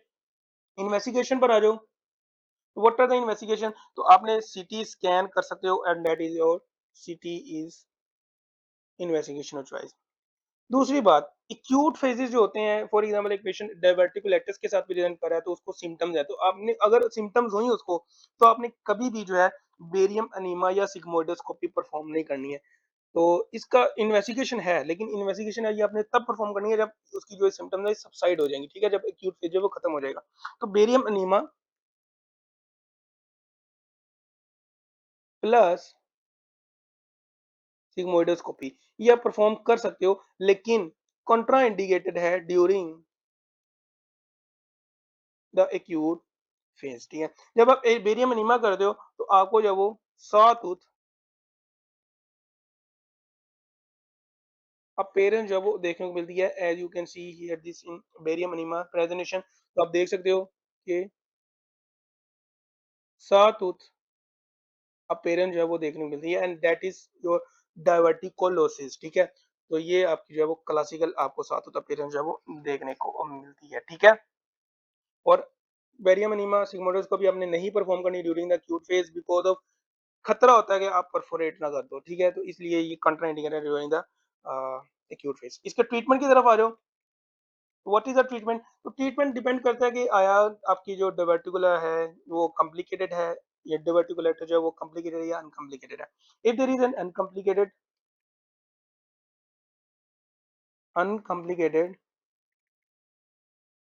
डायवर्टिकुलेटिस, तो आपने जब उस पेशेंट को जो है वो बेड रेस्ट पर देनी है, ठीक है। उसके बाद उस पेशेंट को जो वो एंटीबायोटिक्स देनी है और ब्रॉड स्पेक्ट्रम देनी है, ठीक है। उसके बाद उस पेशेंट में जो है वो बेरियम मिनिमा आपने परफॉर्म करना ही करना है जब उसकी जो सिम्टम जो है वो रिजॉल्व होते हैं। तो ये जो है आपने अनकॉम्प्लिकेटेड डायवर्टिकुलाइटिस में जो है वो करना होता है ट्रीटमेंट, ठीक है। उसके बाद अगर कॉम्प्लिकेटेड है, ठीक है, हार्टमैन थ्री सॉरी हार्टमैन कह रहा हूँ, हिंचेस क्लासिफिकेशन 3 और 4 के साथ अगर पेशेंट आपके पास प्रेजेंट करता है तो ये कॉम्प्लिकेटेड हम कंसीडर करते हैं। तो इसमें जो है आपने रिजेक्ट करना होता है डायवर्टिकुला को, ठीक है। इसको हम डायवर्टिकुलेक्टमी भी कहते हैं, ठीक है, डायवर्टिकुलेक्टमी, डायवर्टिकुलेक्टमी, ठीक है। यहाँ हम जो है वो हार्टमैन प्रोसीजर जो है परफॉर्म करते हैं। व्हाट इज हार्टमैन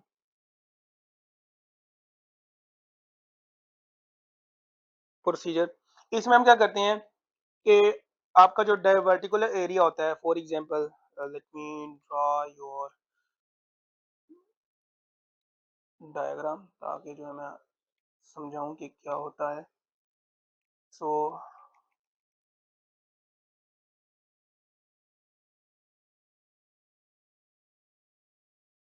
ये आपकी जो है वो कॉलोन है, ठीक है। और मोस्ट कॉमनली सिग्मोइड कॉलोन में फॉर एग्जांपल होता है, फॉर एग्जांपल यहाँ पर जो है आपका जो है वो डायवर्टिकुला प्रेजेंट है। हार्टमैन प्रोसीजर में हमने क्या करना होता है, आपका जो एरिया है ये हमने रिमूव कर देना है। अब इसके दो स्टंप हैं, एक ये स्टंप है जिसको हम प्रोक्सिमल स्टंप कहते हैं, ठीक है, और एक ये स्टंप है जिसको हम डिस्टल स्टंप कहते हैं। अब डिस्टल जो है एरिया उसका फायदा नहीं है, ठीक है, तो इसको जो है हम क्लोज कर देते हैं, ठीक है। और ये जो प्रोक्सिमल स्टंप होता है इसको हम जो है वो ब्रॉड हम जो है बाहर ले आते हैं एज अ एंड क्लास्टमी, ठीक है। अगला हमारा टॉपिक ये है कि व्हाट इज इलास्टमी, व्हाट इज क्लास्टमी, तो इसको जो है हम एज अ एंड कोलोस्टमी के तहत जो है वो बाहर ले जाते हैं। तो आपका जो फेकल मटेरियल है वो फिर जो है आपके जो ये जो हमने एनास्टोमो जो स्टोमा क्लियर किया हुआ वहां से जो है बाहर आएगा। इसके बाद जो हम बैग साथ में अटैच कर देते हैं, जो कि आपके बैग में जो है वो फिर फेकल मटेरियल जो है वो इकट्ठा होता जाता है, ठीक है। तो ये बात जो है आपने याद रखनी है, ठीक है। अगर कोलोवेजिकल फिस्टुला प्रेजेंट है तो एक बार याद रखनी है कि आपने कोलोवेजिकल फिस्टुला जो है उसके लिए अलहदा जो है वो सेपरेट जो है वो सिग्मोइड ट्रीटमेंट करना है, ठीक है। आपने जो है वो सिग्मोइड रिजेक्शन करनी है, ठीक है, विद कोलोरेक्टल एनास्टोमोसिस जो है वो आपने कर देनी है, ठीक है, अगर कोलोवेजिकल जो है फिस्टुला प्रेजेंट है, ठीक है। अगर आर्टरी डैमेज है, किसी आर्टरी में जो है वो हेमरेज हो रहा है तो आपने एम्बोलाइजेशन कर देनी है, ठीक है। If haemorrhage embolization if vesical fistula, तो आपने फिस्टुला को जो है वो ठीक करके जो है वो कोलोरेक्टल एनास्टोमोसिस जो है वो परफॉर्म कर देनी है, ठीक है। So this is all about from your diverticular disease, ठीक है। उसके बाद आ जाओ तो हमारा आज का अगला टॉपिक है, वो है what is ileostomy and what is colostomy. तो इसके बारे में जो आपको पता होना चाहिए, आपके एनआरई के सिलेबस में भी टॉपिक है ये, पर कोशिश करूंगा कि आपको जो है समझ आ जाए। तो what is ileostomy and what is colostomy. तो ये बेसिकली आर्टिफिशियल ओपनिंग होती है जो कि आप क्रिएट करते हो, ठीक है, इन द बाउल, ठीक है, ताकि आप जो फीसिस हैं उनको डाइवर्ट कर सको। तो इसकी बहुत सी इंडिकेशंस होती हैं, कुछ पैथोलॉजिकल इंडिकेशंस भी होती हैं, कुछ हीलिंग पर्पस के लिए जो आप परफॉर्म करते हो, ताकि आपने जहाँ एनास्टोमोसिस परफॉर्म किया है वो हील हो जाए। उसके बाद जो है हम जो ये इलास्टमी है या क्लोस्टमी है, ये दोबारा जो है एनास्टोमोस कर दें। तो टेम्पररी इलास्टमीज भी होती हैं, टेम्पररी क्लास्टमी भी होती हैं, परमानेंट इलास्टमी भी होती है, एंड परमानेंट क्लास्टमी भी जो आपको देखने मिलती है। तो इनकी डिफरेंट डिफरेंट जो है इंडिकेशन है। तो यहाँ पर हेडिंग दे दो, लिख लो व्हाट इज इलियास्टमी। तो आर्टिफिशियल ओपनिंग होती है, दोनों की एक ही डेफिनेशन है, आर्टिफिशियल ओपनिंग्स होती हैं in the bowel that divert fecal content and flushes to the exterior where they collected into a bag जो कि उसके साथ जो है वो अटैच हुआ होता है, ठीक है। So what is ileostomy and what is colostomy, ठीक है। तो इलियास्टमी एंड कोलोस्टमी डिफरेंट है, इन हमने कहाँ कहाँ परफॉर्म करनी होती है ये भी डिफरेंट है, ठीक है। तो व्हाट इज इलियास्टमी, तो व्हाट इज इलियास्टमी, ठीक है। तो इलियास्टमी मतलब कि आप इलियम में जो है वो स्टोमा क्रिएट करते हो, उसको जो है बाहर की तरफ ले आते हो, ठीक है। तो ये टेम्परेरी इलियास्टमी भी होती है, ये परमानेंट इलियास्टमी भी होती है। एक बार याद है नहीं, आपने इलियास्टमी परफॉर्म कर दी है, यू कैन परफॉर्म एनीवेयर, ठीक है। आप इलियम का जितना भी पार्ट है आप कहीं भी जो है वो इलियास्टमी जो है वो परफॉर्म कर सकते हो। क्यों? क्योंकि आपकी इलियम जो है वो मोबाइल होती है, ठीक है, उसकी अपनी मेजेंट्री होती है। इन केस ऑफ कोलोस्टमी, आप कोलोस्टमी जो है वो दो जगह पर जो है परफॉर्म कर सकते हो, या तो ट्रांसवर्स कोलोन पर कर सकते हो, या तो सिग्मोइड कोलोन पर जो है वो परफॉर्म कर सकते हो, because of these are two only area, those are mobile, ठीक है। असेंडिंग डिसेंडिंग कोलोन जो है वहां पर जो है आप इसको नहीं परफॉर्म कर सकते क्योंकि वो मोबाइल नहीं होते। तो इलियास्टमी है, तो इलियास्टमी जो है वो इधर में भी है टेम्परेरी, या ये जो है वो परमानेंट भी जो हो सकती है, ठीक है।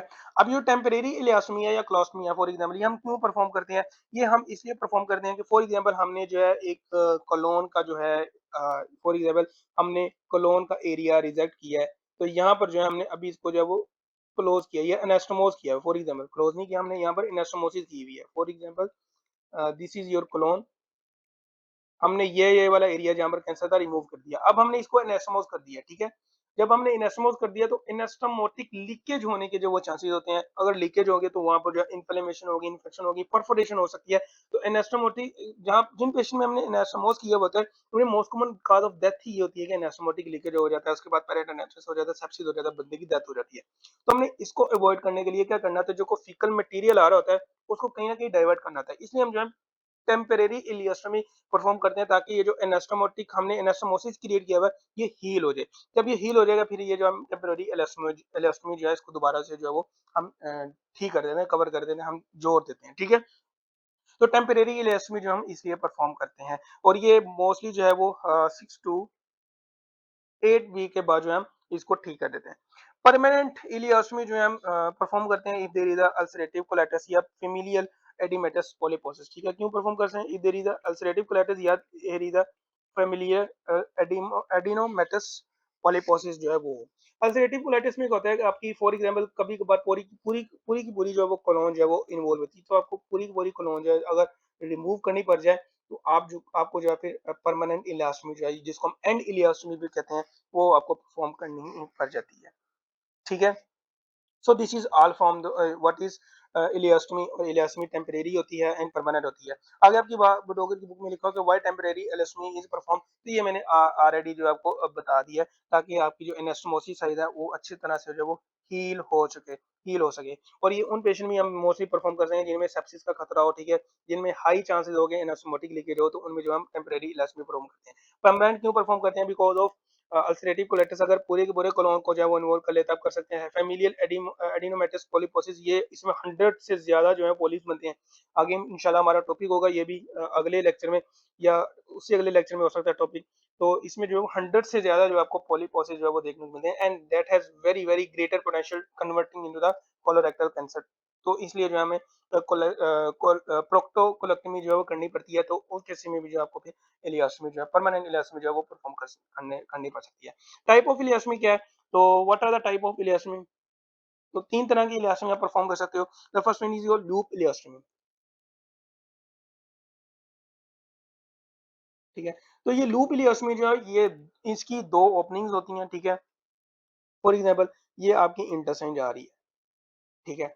आपने क्या करना होता है, आपने जो जब आपने इंसिजन देनी है, आपको जो ऊपर वाला पार्ट जब नजर आएगा, तो आपने यहाँ से जो है, let me clear one thing, यहाँ से जो है आपने इंसिजन देनी है इंटेस्टाइन को, ठीक है। जब आप इंस्टेटाइन को इंसिजन दे देंगे तो होगा क्या कि जब आप इसको बेंड करोगे यूं, ठीक है, तो आपकी जो ये 2 ओपनिंग जो है आपको देखने को मिलेगी। एक ये ओपनिंग देखने को मिल जाएगी, एक ये 2 ओपनिंग देखने को मिलेगी। यहाँ से प्रॉपर जो है वो बेंड है, ठीक है। इसको हम कहते हैं लूप क्रिएट करना, लूप इलियोस्टमी इसको हम कहते हैं। आगे मैं तस्वीर में दिखाऊंगा आपको।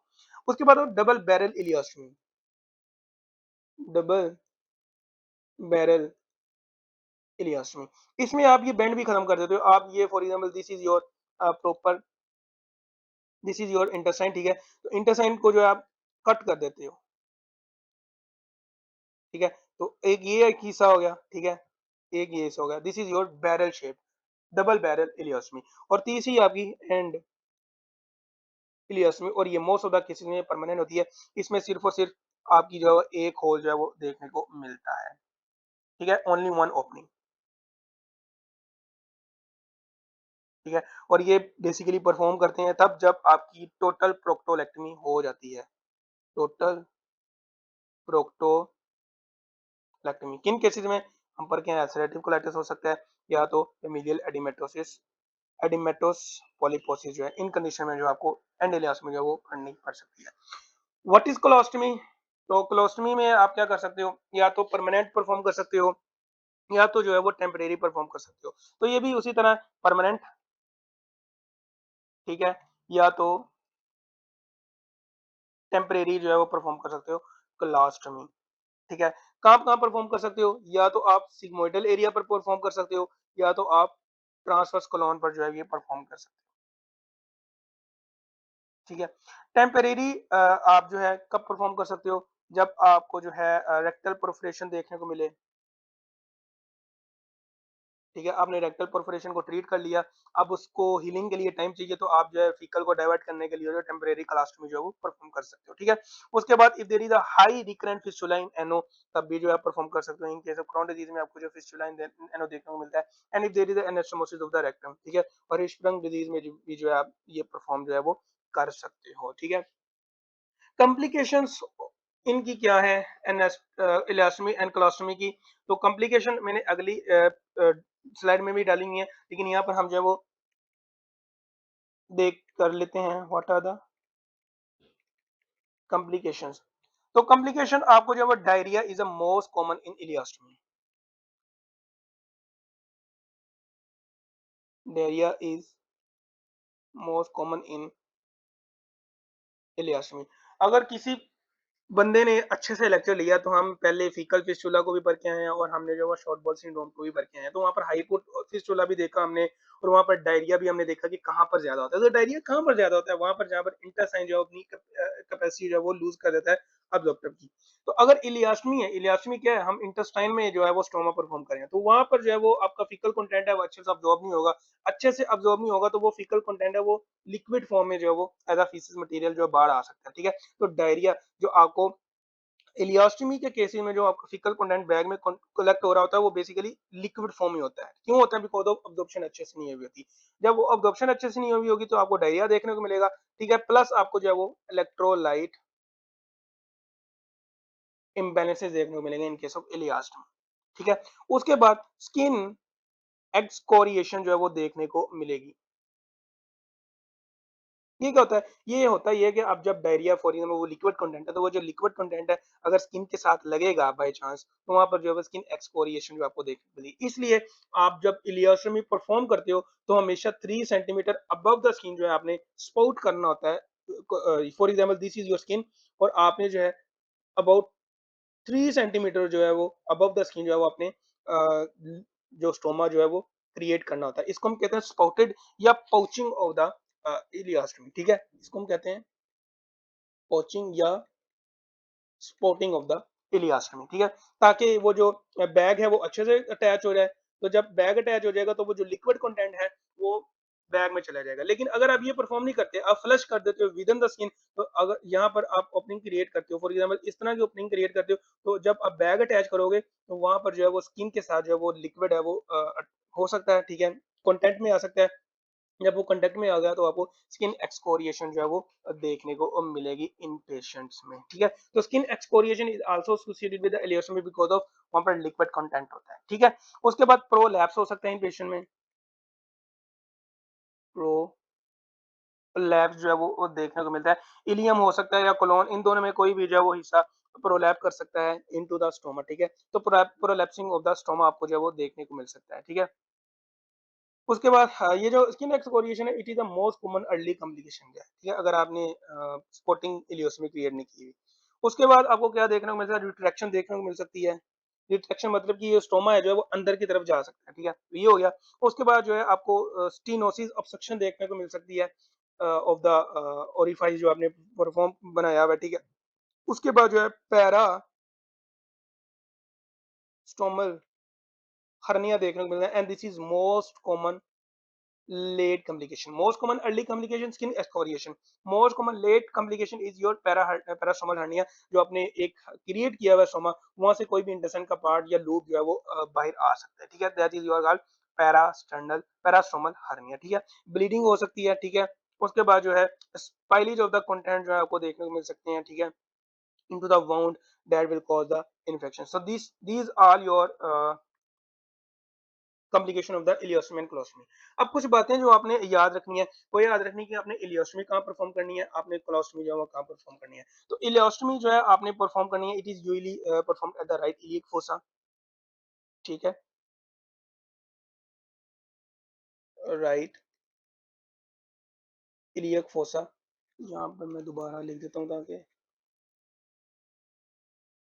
आपको जो है वो समझ आ रही है कि मैं क्या लिखना चाह रहा हूँ कि इलियोटोमी की ileostomy site for performing ileostomy. तो right iliac fossa it is the standard site for performing ileostomy. और एक और बात जो मैंने याद रखनी है, आपने जो इलियोटोमी जो है वो स्पॉटेड फॉर्म में जो है वो बनानी है, ठीक है? ताकि जो स्किन एक्सफोलिएशन की जो कॉम्प्लिकेशन है वो हमें ना देखने को मिले। आपकी बुक में लिखा हुआ है 6 सेंटीमीटर तक आपने जो है वो माउथ उसका जो है अबव द स्किन रखना है। 3 सेंटीमीटर भी कुछ बुक्स में लिखा हुआ है, लेकिन 3 टू 6 सेंटीमीटर जो आपने याद रख लेना है। बहरहाल आपको आपकी जो एनआर है उसमें इस तरह की चीज़ें नहीं पूछी जाएँगी। ये सिर्फ़ समझाना मकसूद होता है ताकि आपको जो है पता लगे कि आप पढ़ क्या रहे हो, ठीक है? रट्टा नहीं लगाना आपने, समझना चीज़ों को, ठीक है? तो राइट इलियक फोसा में जो है ये मोस्ट कॉमनली हम परफ़ॉर्म करते हैं, ठीक है? उसके बाद जो आपकी साइट फॉर कोलोस्टोमी होती है, वो मैंने पहले भी बताया कि आपकी जो है वो या तो सिग्मोइड कोलोस्टोमी आप कर सकते हो, ठीक है? या अगर ट्रांसफर कोलोस्टोमी है वो कर सकते हो। तो अगर तो आप सिग्मोइड कोलोस्टोमी परफ़ॉर्म कर रहे हो तो left iliac fossa it is a standard site for performing colostomy, ठीक है? और अगर आप ट्रांसवर्स कोलोन में कोलोस्टोमी क्रिएट कर रहे हो तो आपकी जो है वो राइट हाइपोकोंड्रियम, राइट हाइपोकोंड्रियम या आप कह सकते हो एपिगैस्ट्रियम का रीजन जो है वहां पर जो है ये परफॉर्म करोगे, ठीक है? आगे what is the difference between ileostomy and colostomy? एक और बात यहाँ पर आपने याद रखनी है, यहाँ पर मैं लिखना भूल गया,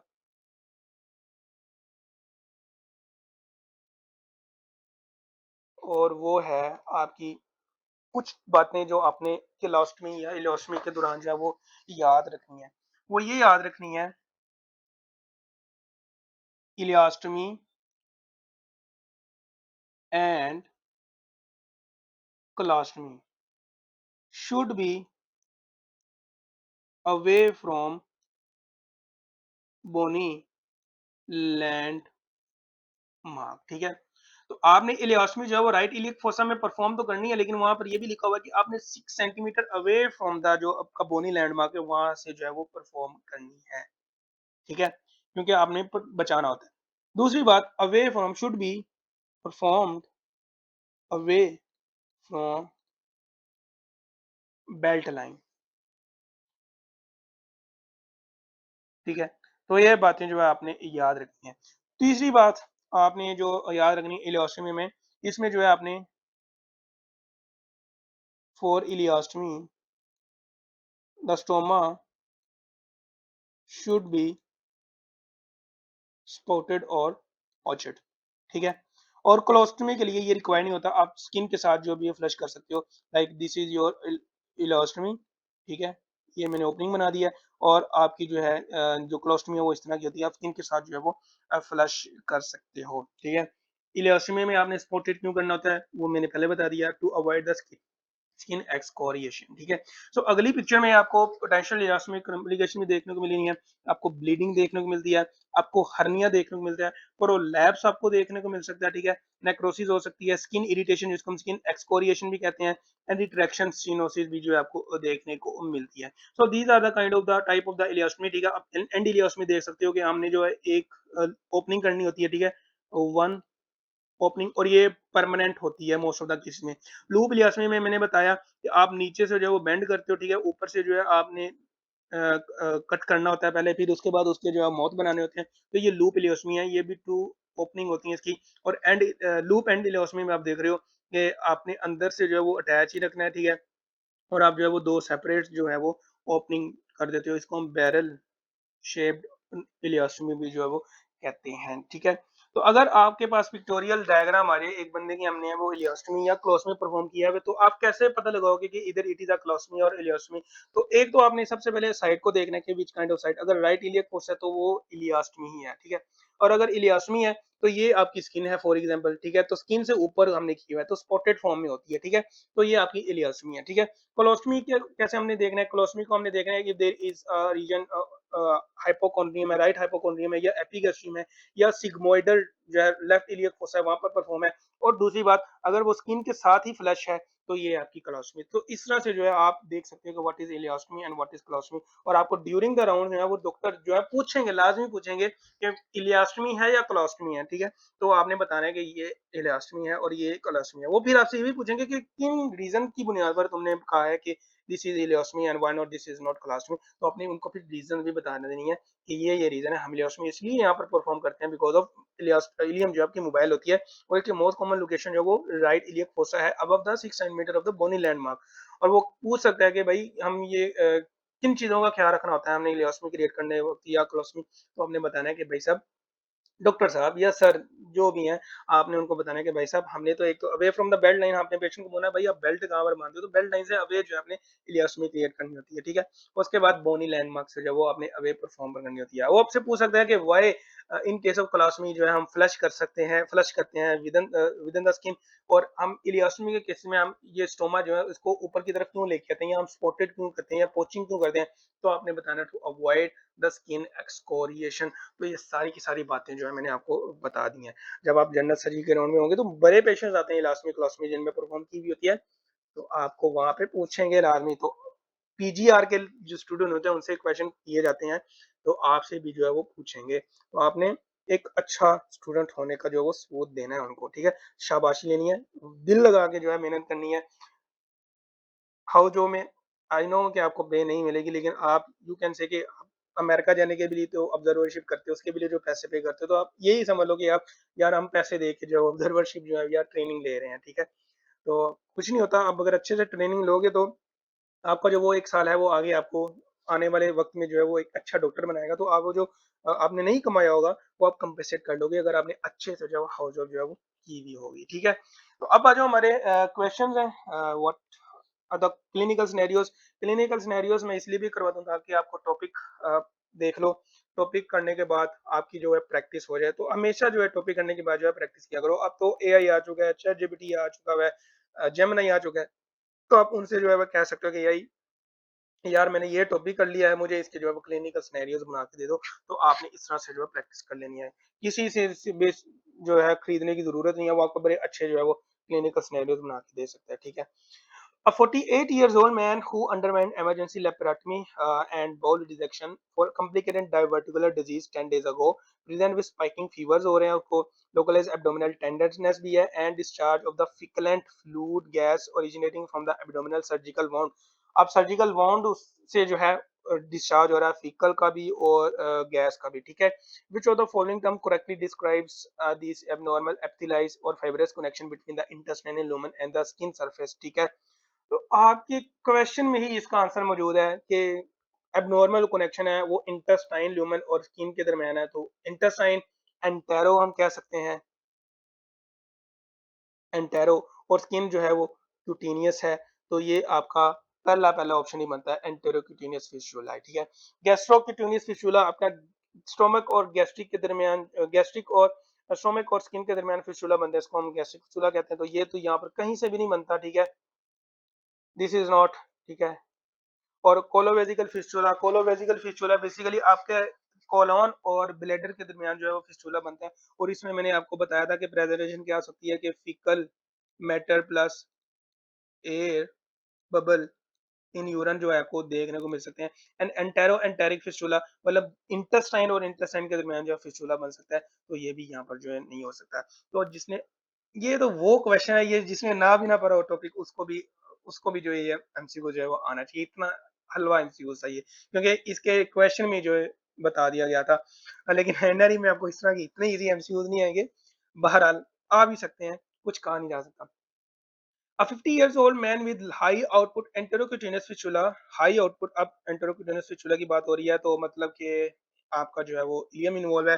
Following a bowel resection has undergo 3 months of aggressive conservative management including total parenteral nutrition, sepsis control and octreotide therapy, ठीक है। स्मेटोस्टेटिन एनालॉग भी हमने दिया जो कि ऑक्टीरियोटाइड था। क्यों दिया? ताकि हमने जो है बाइल साल्ट की जो है सिक्रीशन जो है उनको इनहिबिट कर सकें, आपके जो पैंक्रियाटिक जूस है उनको इनहिबिट कर सकें, ताकि जब जो आपका इलेक्ट्रोलाइट इम्बैलेंस हो रहा है या इलेक्ट्रोलाइट लीकेज हो रही है या लॉस हो रहा है उसको जो है कहीं ना कहीं जो है वो अवॉइड करें।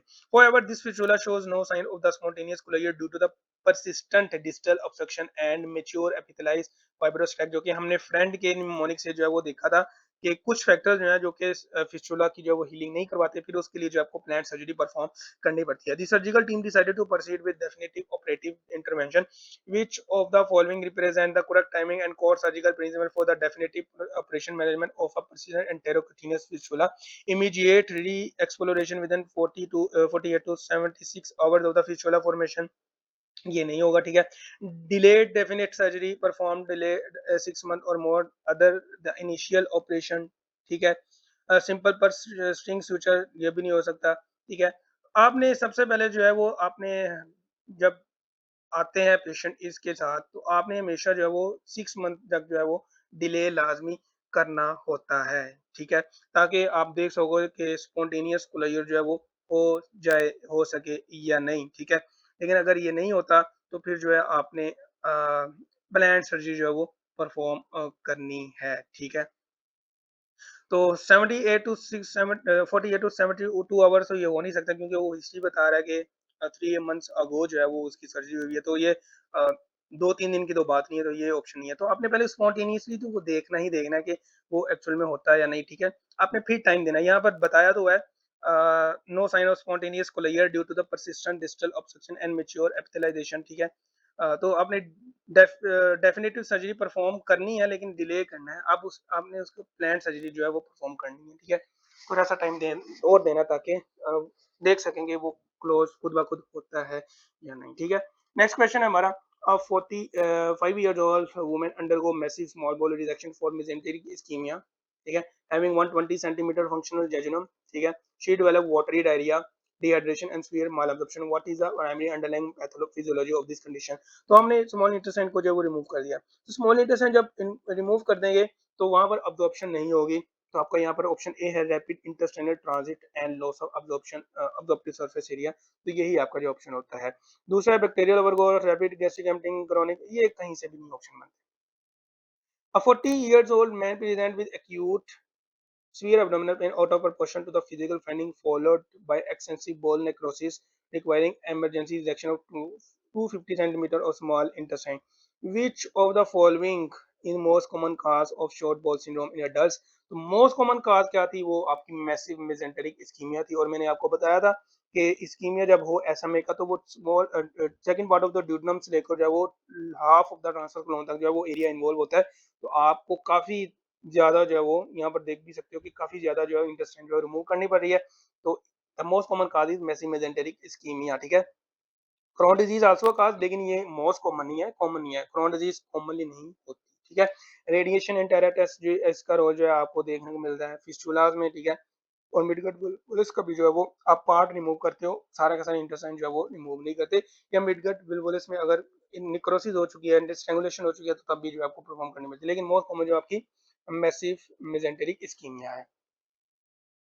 मूविंग टुवर्ड नेक्स्ट, तो हमारा जो नेक्स्ट है वो है a 3 years old child with short bowel syndrome and severe bowel dilation undergoes an autologous intestinal lengthening procedure, ठीक है। The surgeon split a single dilated segment of the small bowel longitudinally down middle and tubulized each half of to create longer narrow functional intestinal channel, ठीक है। तो हमने कौन सा procedure देखा था जिसमें हम जो है वो एक स्मॉल इंटेस्टाइन जो कि जो डायलेटेड पार्ट होता है उसको दो हिस्सों में डिवाइड करते हैं, स्टेपल से डिवाइड करने के बाद उसको जो आपस में एनास्टोमोस करते हैं। तो it is your Bianchi's procedure, ठीक है। तो this is your Bianchi's procedure.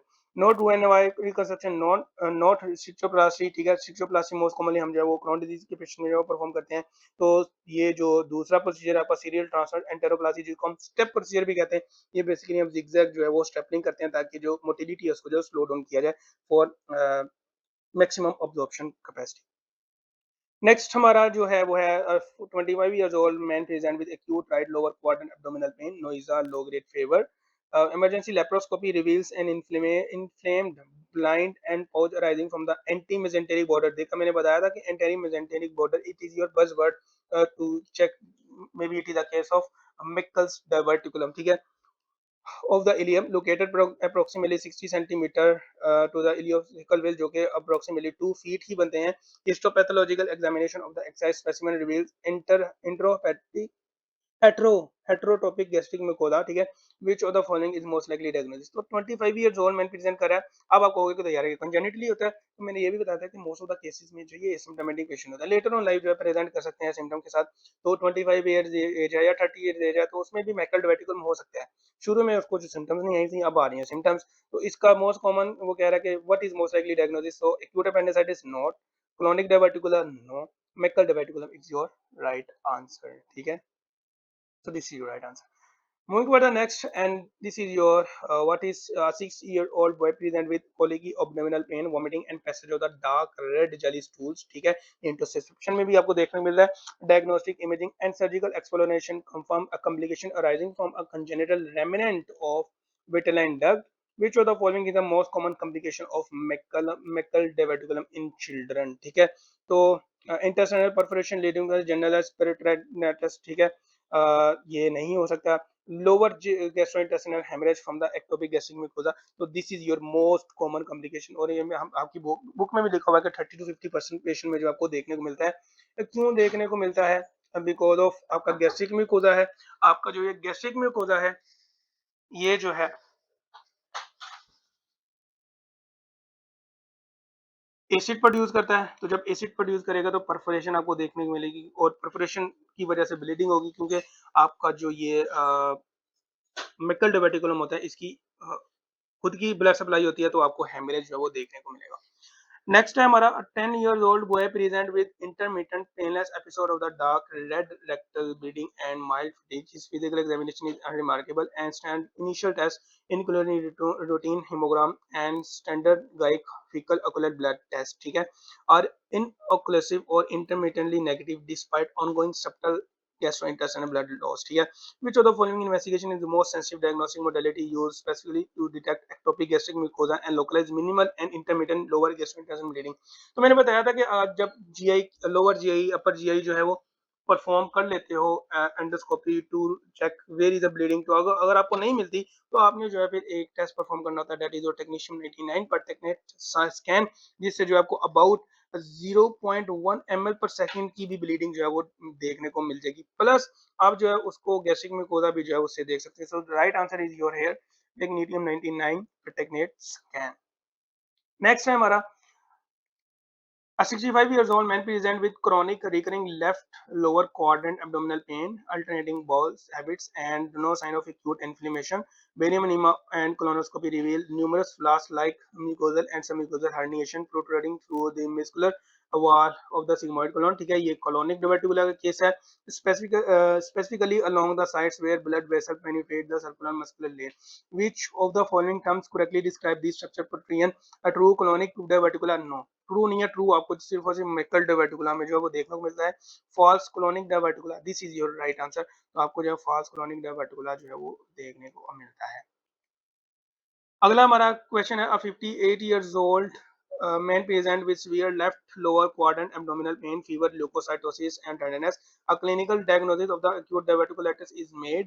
The residents suggest performing an immediate diagnostic test to map out the extent of the colonic outpouching. Which of the following diagnostic procedure is contraindicated to perform during the acute phase? वो कह रहा है कौन सा procedure है वो के जो कि acute phase में contraindicated है, due to significant risk of perforation and the peritonitis। तो मैंने बताया था कि बेरियम एनीमा या सिग्मोइडोस्कोपी जो है वो आपने परफॉर्म नहीं करनी होती, because of their is a high risk of perforation and peritonitis। तो this is your right answer. अगला हमारा टॉपिक है, अगला हमारा क्वेश्चन है, and that is your a 60 years old man with severe left lower quadrant peritonitis undergo an emergency exploratory laparotomy for performed diverticulitis. Intraoperative findings reveal a large pelvic abscess, ठीक है, large pelvic abscess देखने को मिल रहा है from the perforation with no evidence of general fecal contamination. According to modified Hinchey classification for acute perforated diverticulitis, which of the following stage best describe this intraoperative finding? तो मैंने पहले बताया था कि अगर लार्ज जनरलाइज पुरुलेंट जो है वो आपको एब्सेस देखने को मिले तो दिस इज योर स्टेज 3, ठीक है, तो this is your right answer. Faecal contamination नहीं है, तो this is your right answer. 68 large है तो लार्ज जो है प्रोलेंट आपको देखने को मिलेगी, तो आपने ये नहीं कहना ना कि इसकी टाइप 2, तो लार्ज का जिक्र आ गया तो लार्ज जो है वो बेसिकली स्टेज 3 ही होती है। A 62 years old woman is diagnosed with acute complicated diverticulitis after presenting with a mild left lower quadrant pain, a low grade fever, localized tenderness. A CT scan show mild pericolic fat stranding without abscess formation or perforation. Which of the following represent the most appropriate initial management for this patient? तो ये uncomplicated case है, ठीक है, uncomplicated case of colonic diverticula है, तो हमने देखा था कि आपने अनकॉम्प्लिकेटेड केस में जो है वो आपने मैनेजमेंट करनी होती है, आपने बेड रेस्ट देनी होती है, आपने जो है पेशेंट को जो है वो एंटीबायोटिक जो है वो देनी होती है, ताकि वो खुद ब खुद जो है वो 50% केसेस में जो है वो खुद ब खुद जो है हील हो जाती है, ठीक है, तो दिस इज योर आंसर। अगर कॉम्प्लिकेटेड हुआ तो फिर जो है आप परफॉर्म कर सकते हो। A 50 years old man undergo elective proctolectomy, ठीक है, requiring permanent ileostomy creation, which anatomical site selection principle is essential to prevent appliance leakage and parastomal herniation. Option A, place over the ACs for the rigid bony spot. No, आपने bony area पर कभी भी जो है वो perform नहीं करनी, चाहे वो इलेस्टमी है चाहे वो क्लास्टमी है। Place directly through the rectus muscle away from the creases, मतलब कि bony masses bony structure and belt line, so this is your right answer. तो आपने हमेशा जो है वो इलेस्टमी या क्लास्टमी जो है वो परफॉर्म करनी है away from the belt line, away from the bony landmarks, ठीक है। तो इलेस्टमी जो आपने परफॉर्म करनी है राइट इलियक फोसा में from the 6 centimetre from the ASIS, ठीक है, इंटीरियर इलियक स्पाइन से 6 सेंटीमीटर आपने अब जो है परफॉर्म करनी होती है। उसके बाद आ रहे तो a 55-year-old man undergo emergency Hartmann procedure with an colostomy. 3 weeks later, he noticed that the stomach skin level has sunken below the surrounding abdominal wall. Sunken below the surrounding abdominal wall, causing severe leakage. Which of the following stomach complication has the patient developed? तो क्या है, parastomal hernia नहीं, stomal prolapse नहीं, stomal retraction is your right answer, क्योंकि वो sunken हो गया, नीचे की तरफ चला गया, तो रिट्रैक्शन इसको हम कहते हैं, तो this is your right answer. अगला हमारा है and your last two clinical scenarios, और वो ये है 60 years old woman with permanent and colostomy present with soft asymptomatic bulge surrounding the stoma site that increase in size with coughing and straining। तो वो size में increase हो रहा है, ठीक है। Which of the following represent the most frequent long term mechanical complication of the stoma creation. तो long term most common complication जो हमने देखी थी वो थी आपकी पैरास्टोमल हर्निया, और ये आपकी हर्निया को प्रेजेंट भी कर रहा है क्योंकि जब वो बंदा कफिंग कर रहा है तो वो साइज में जो है वो इंक्रीज हो रहा है, ठीक है। So this is your right answer, parastomal hernia is the most common late complication of the ileostomy या क्लास्टमी जो है आप कह सकते हो, ठीक है। उसके बाद आ जाओ, a patient with an ileostomy experience frequent watery liquid output, whereas a patient with a sigmoid colostomy passes formed solid stool. Which physiological factor best explains why high volume fluid output occurs in an ileostomy but not in colostomy? Absence of gastric acid secretion ये नहीं है, loss of colonic water and electrolyte absorption capacity, ठीक है। rapid bacterial fermentation और protein ये भी नहीं है। Inability of the liver to conjugate ये भी नहीं है। तो option B, loss of colonic water and electrolyte absorption capacity, तो ये जो है आपको देखने को मिलता है। यहाँ पर कोलोनिक नहीं वर्ड आना चाहिए था, यहाँ पर इलियम आना चाहिए था ताकि आपको कंफ्यूजन आते, तो यहाँ पर इलियम यहाँ पर लिख सकते हो, ठीक है। तो ये कुछ क्लिनिकल सिनेरियो से होप्स हो कि आपको जो है वो अच्छे से समझा दिया। मिलते हैं हम नेक्स्ट वीडियो में, तब तक के लिए मुझे दीजिए इजाजत। अल्लाह हाफिज।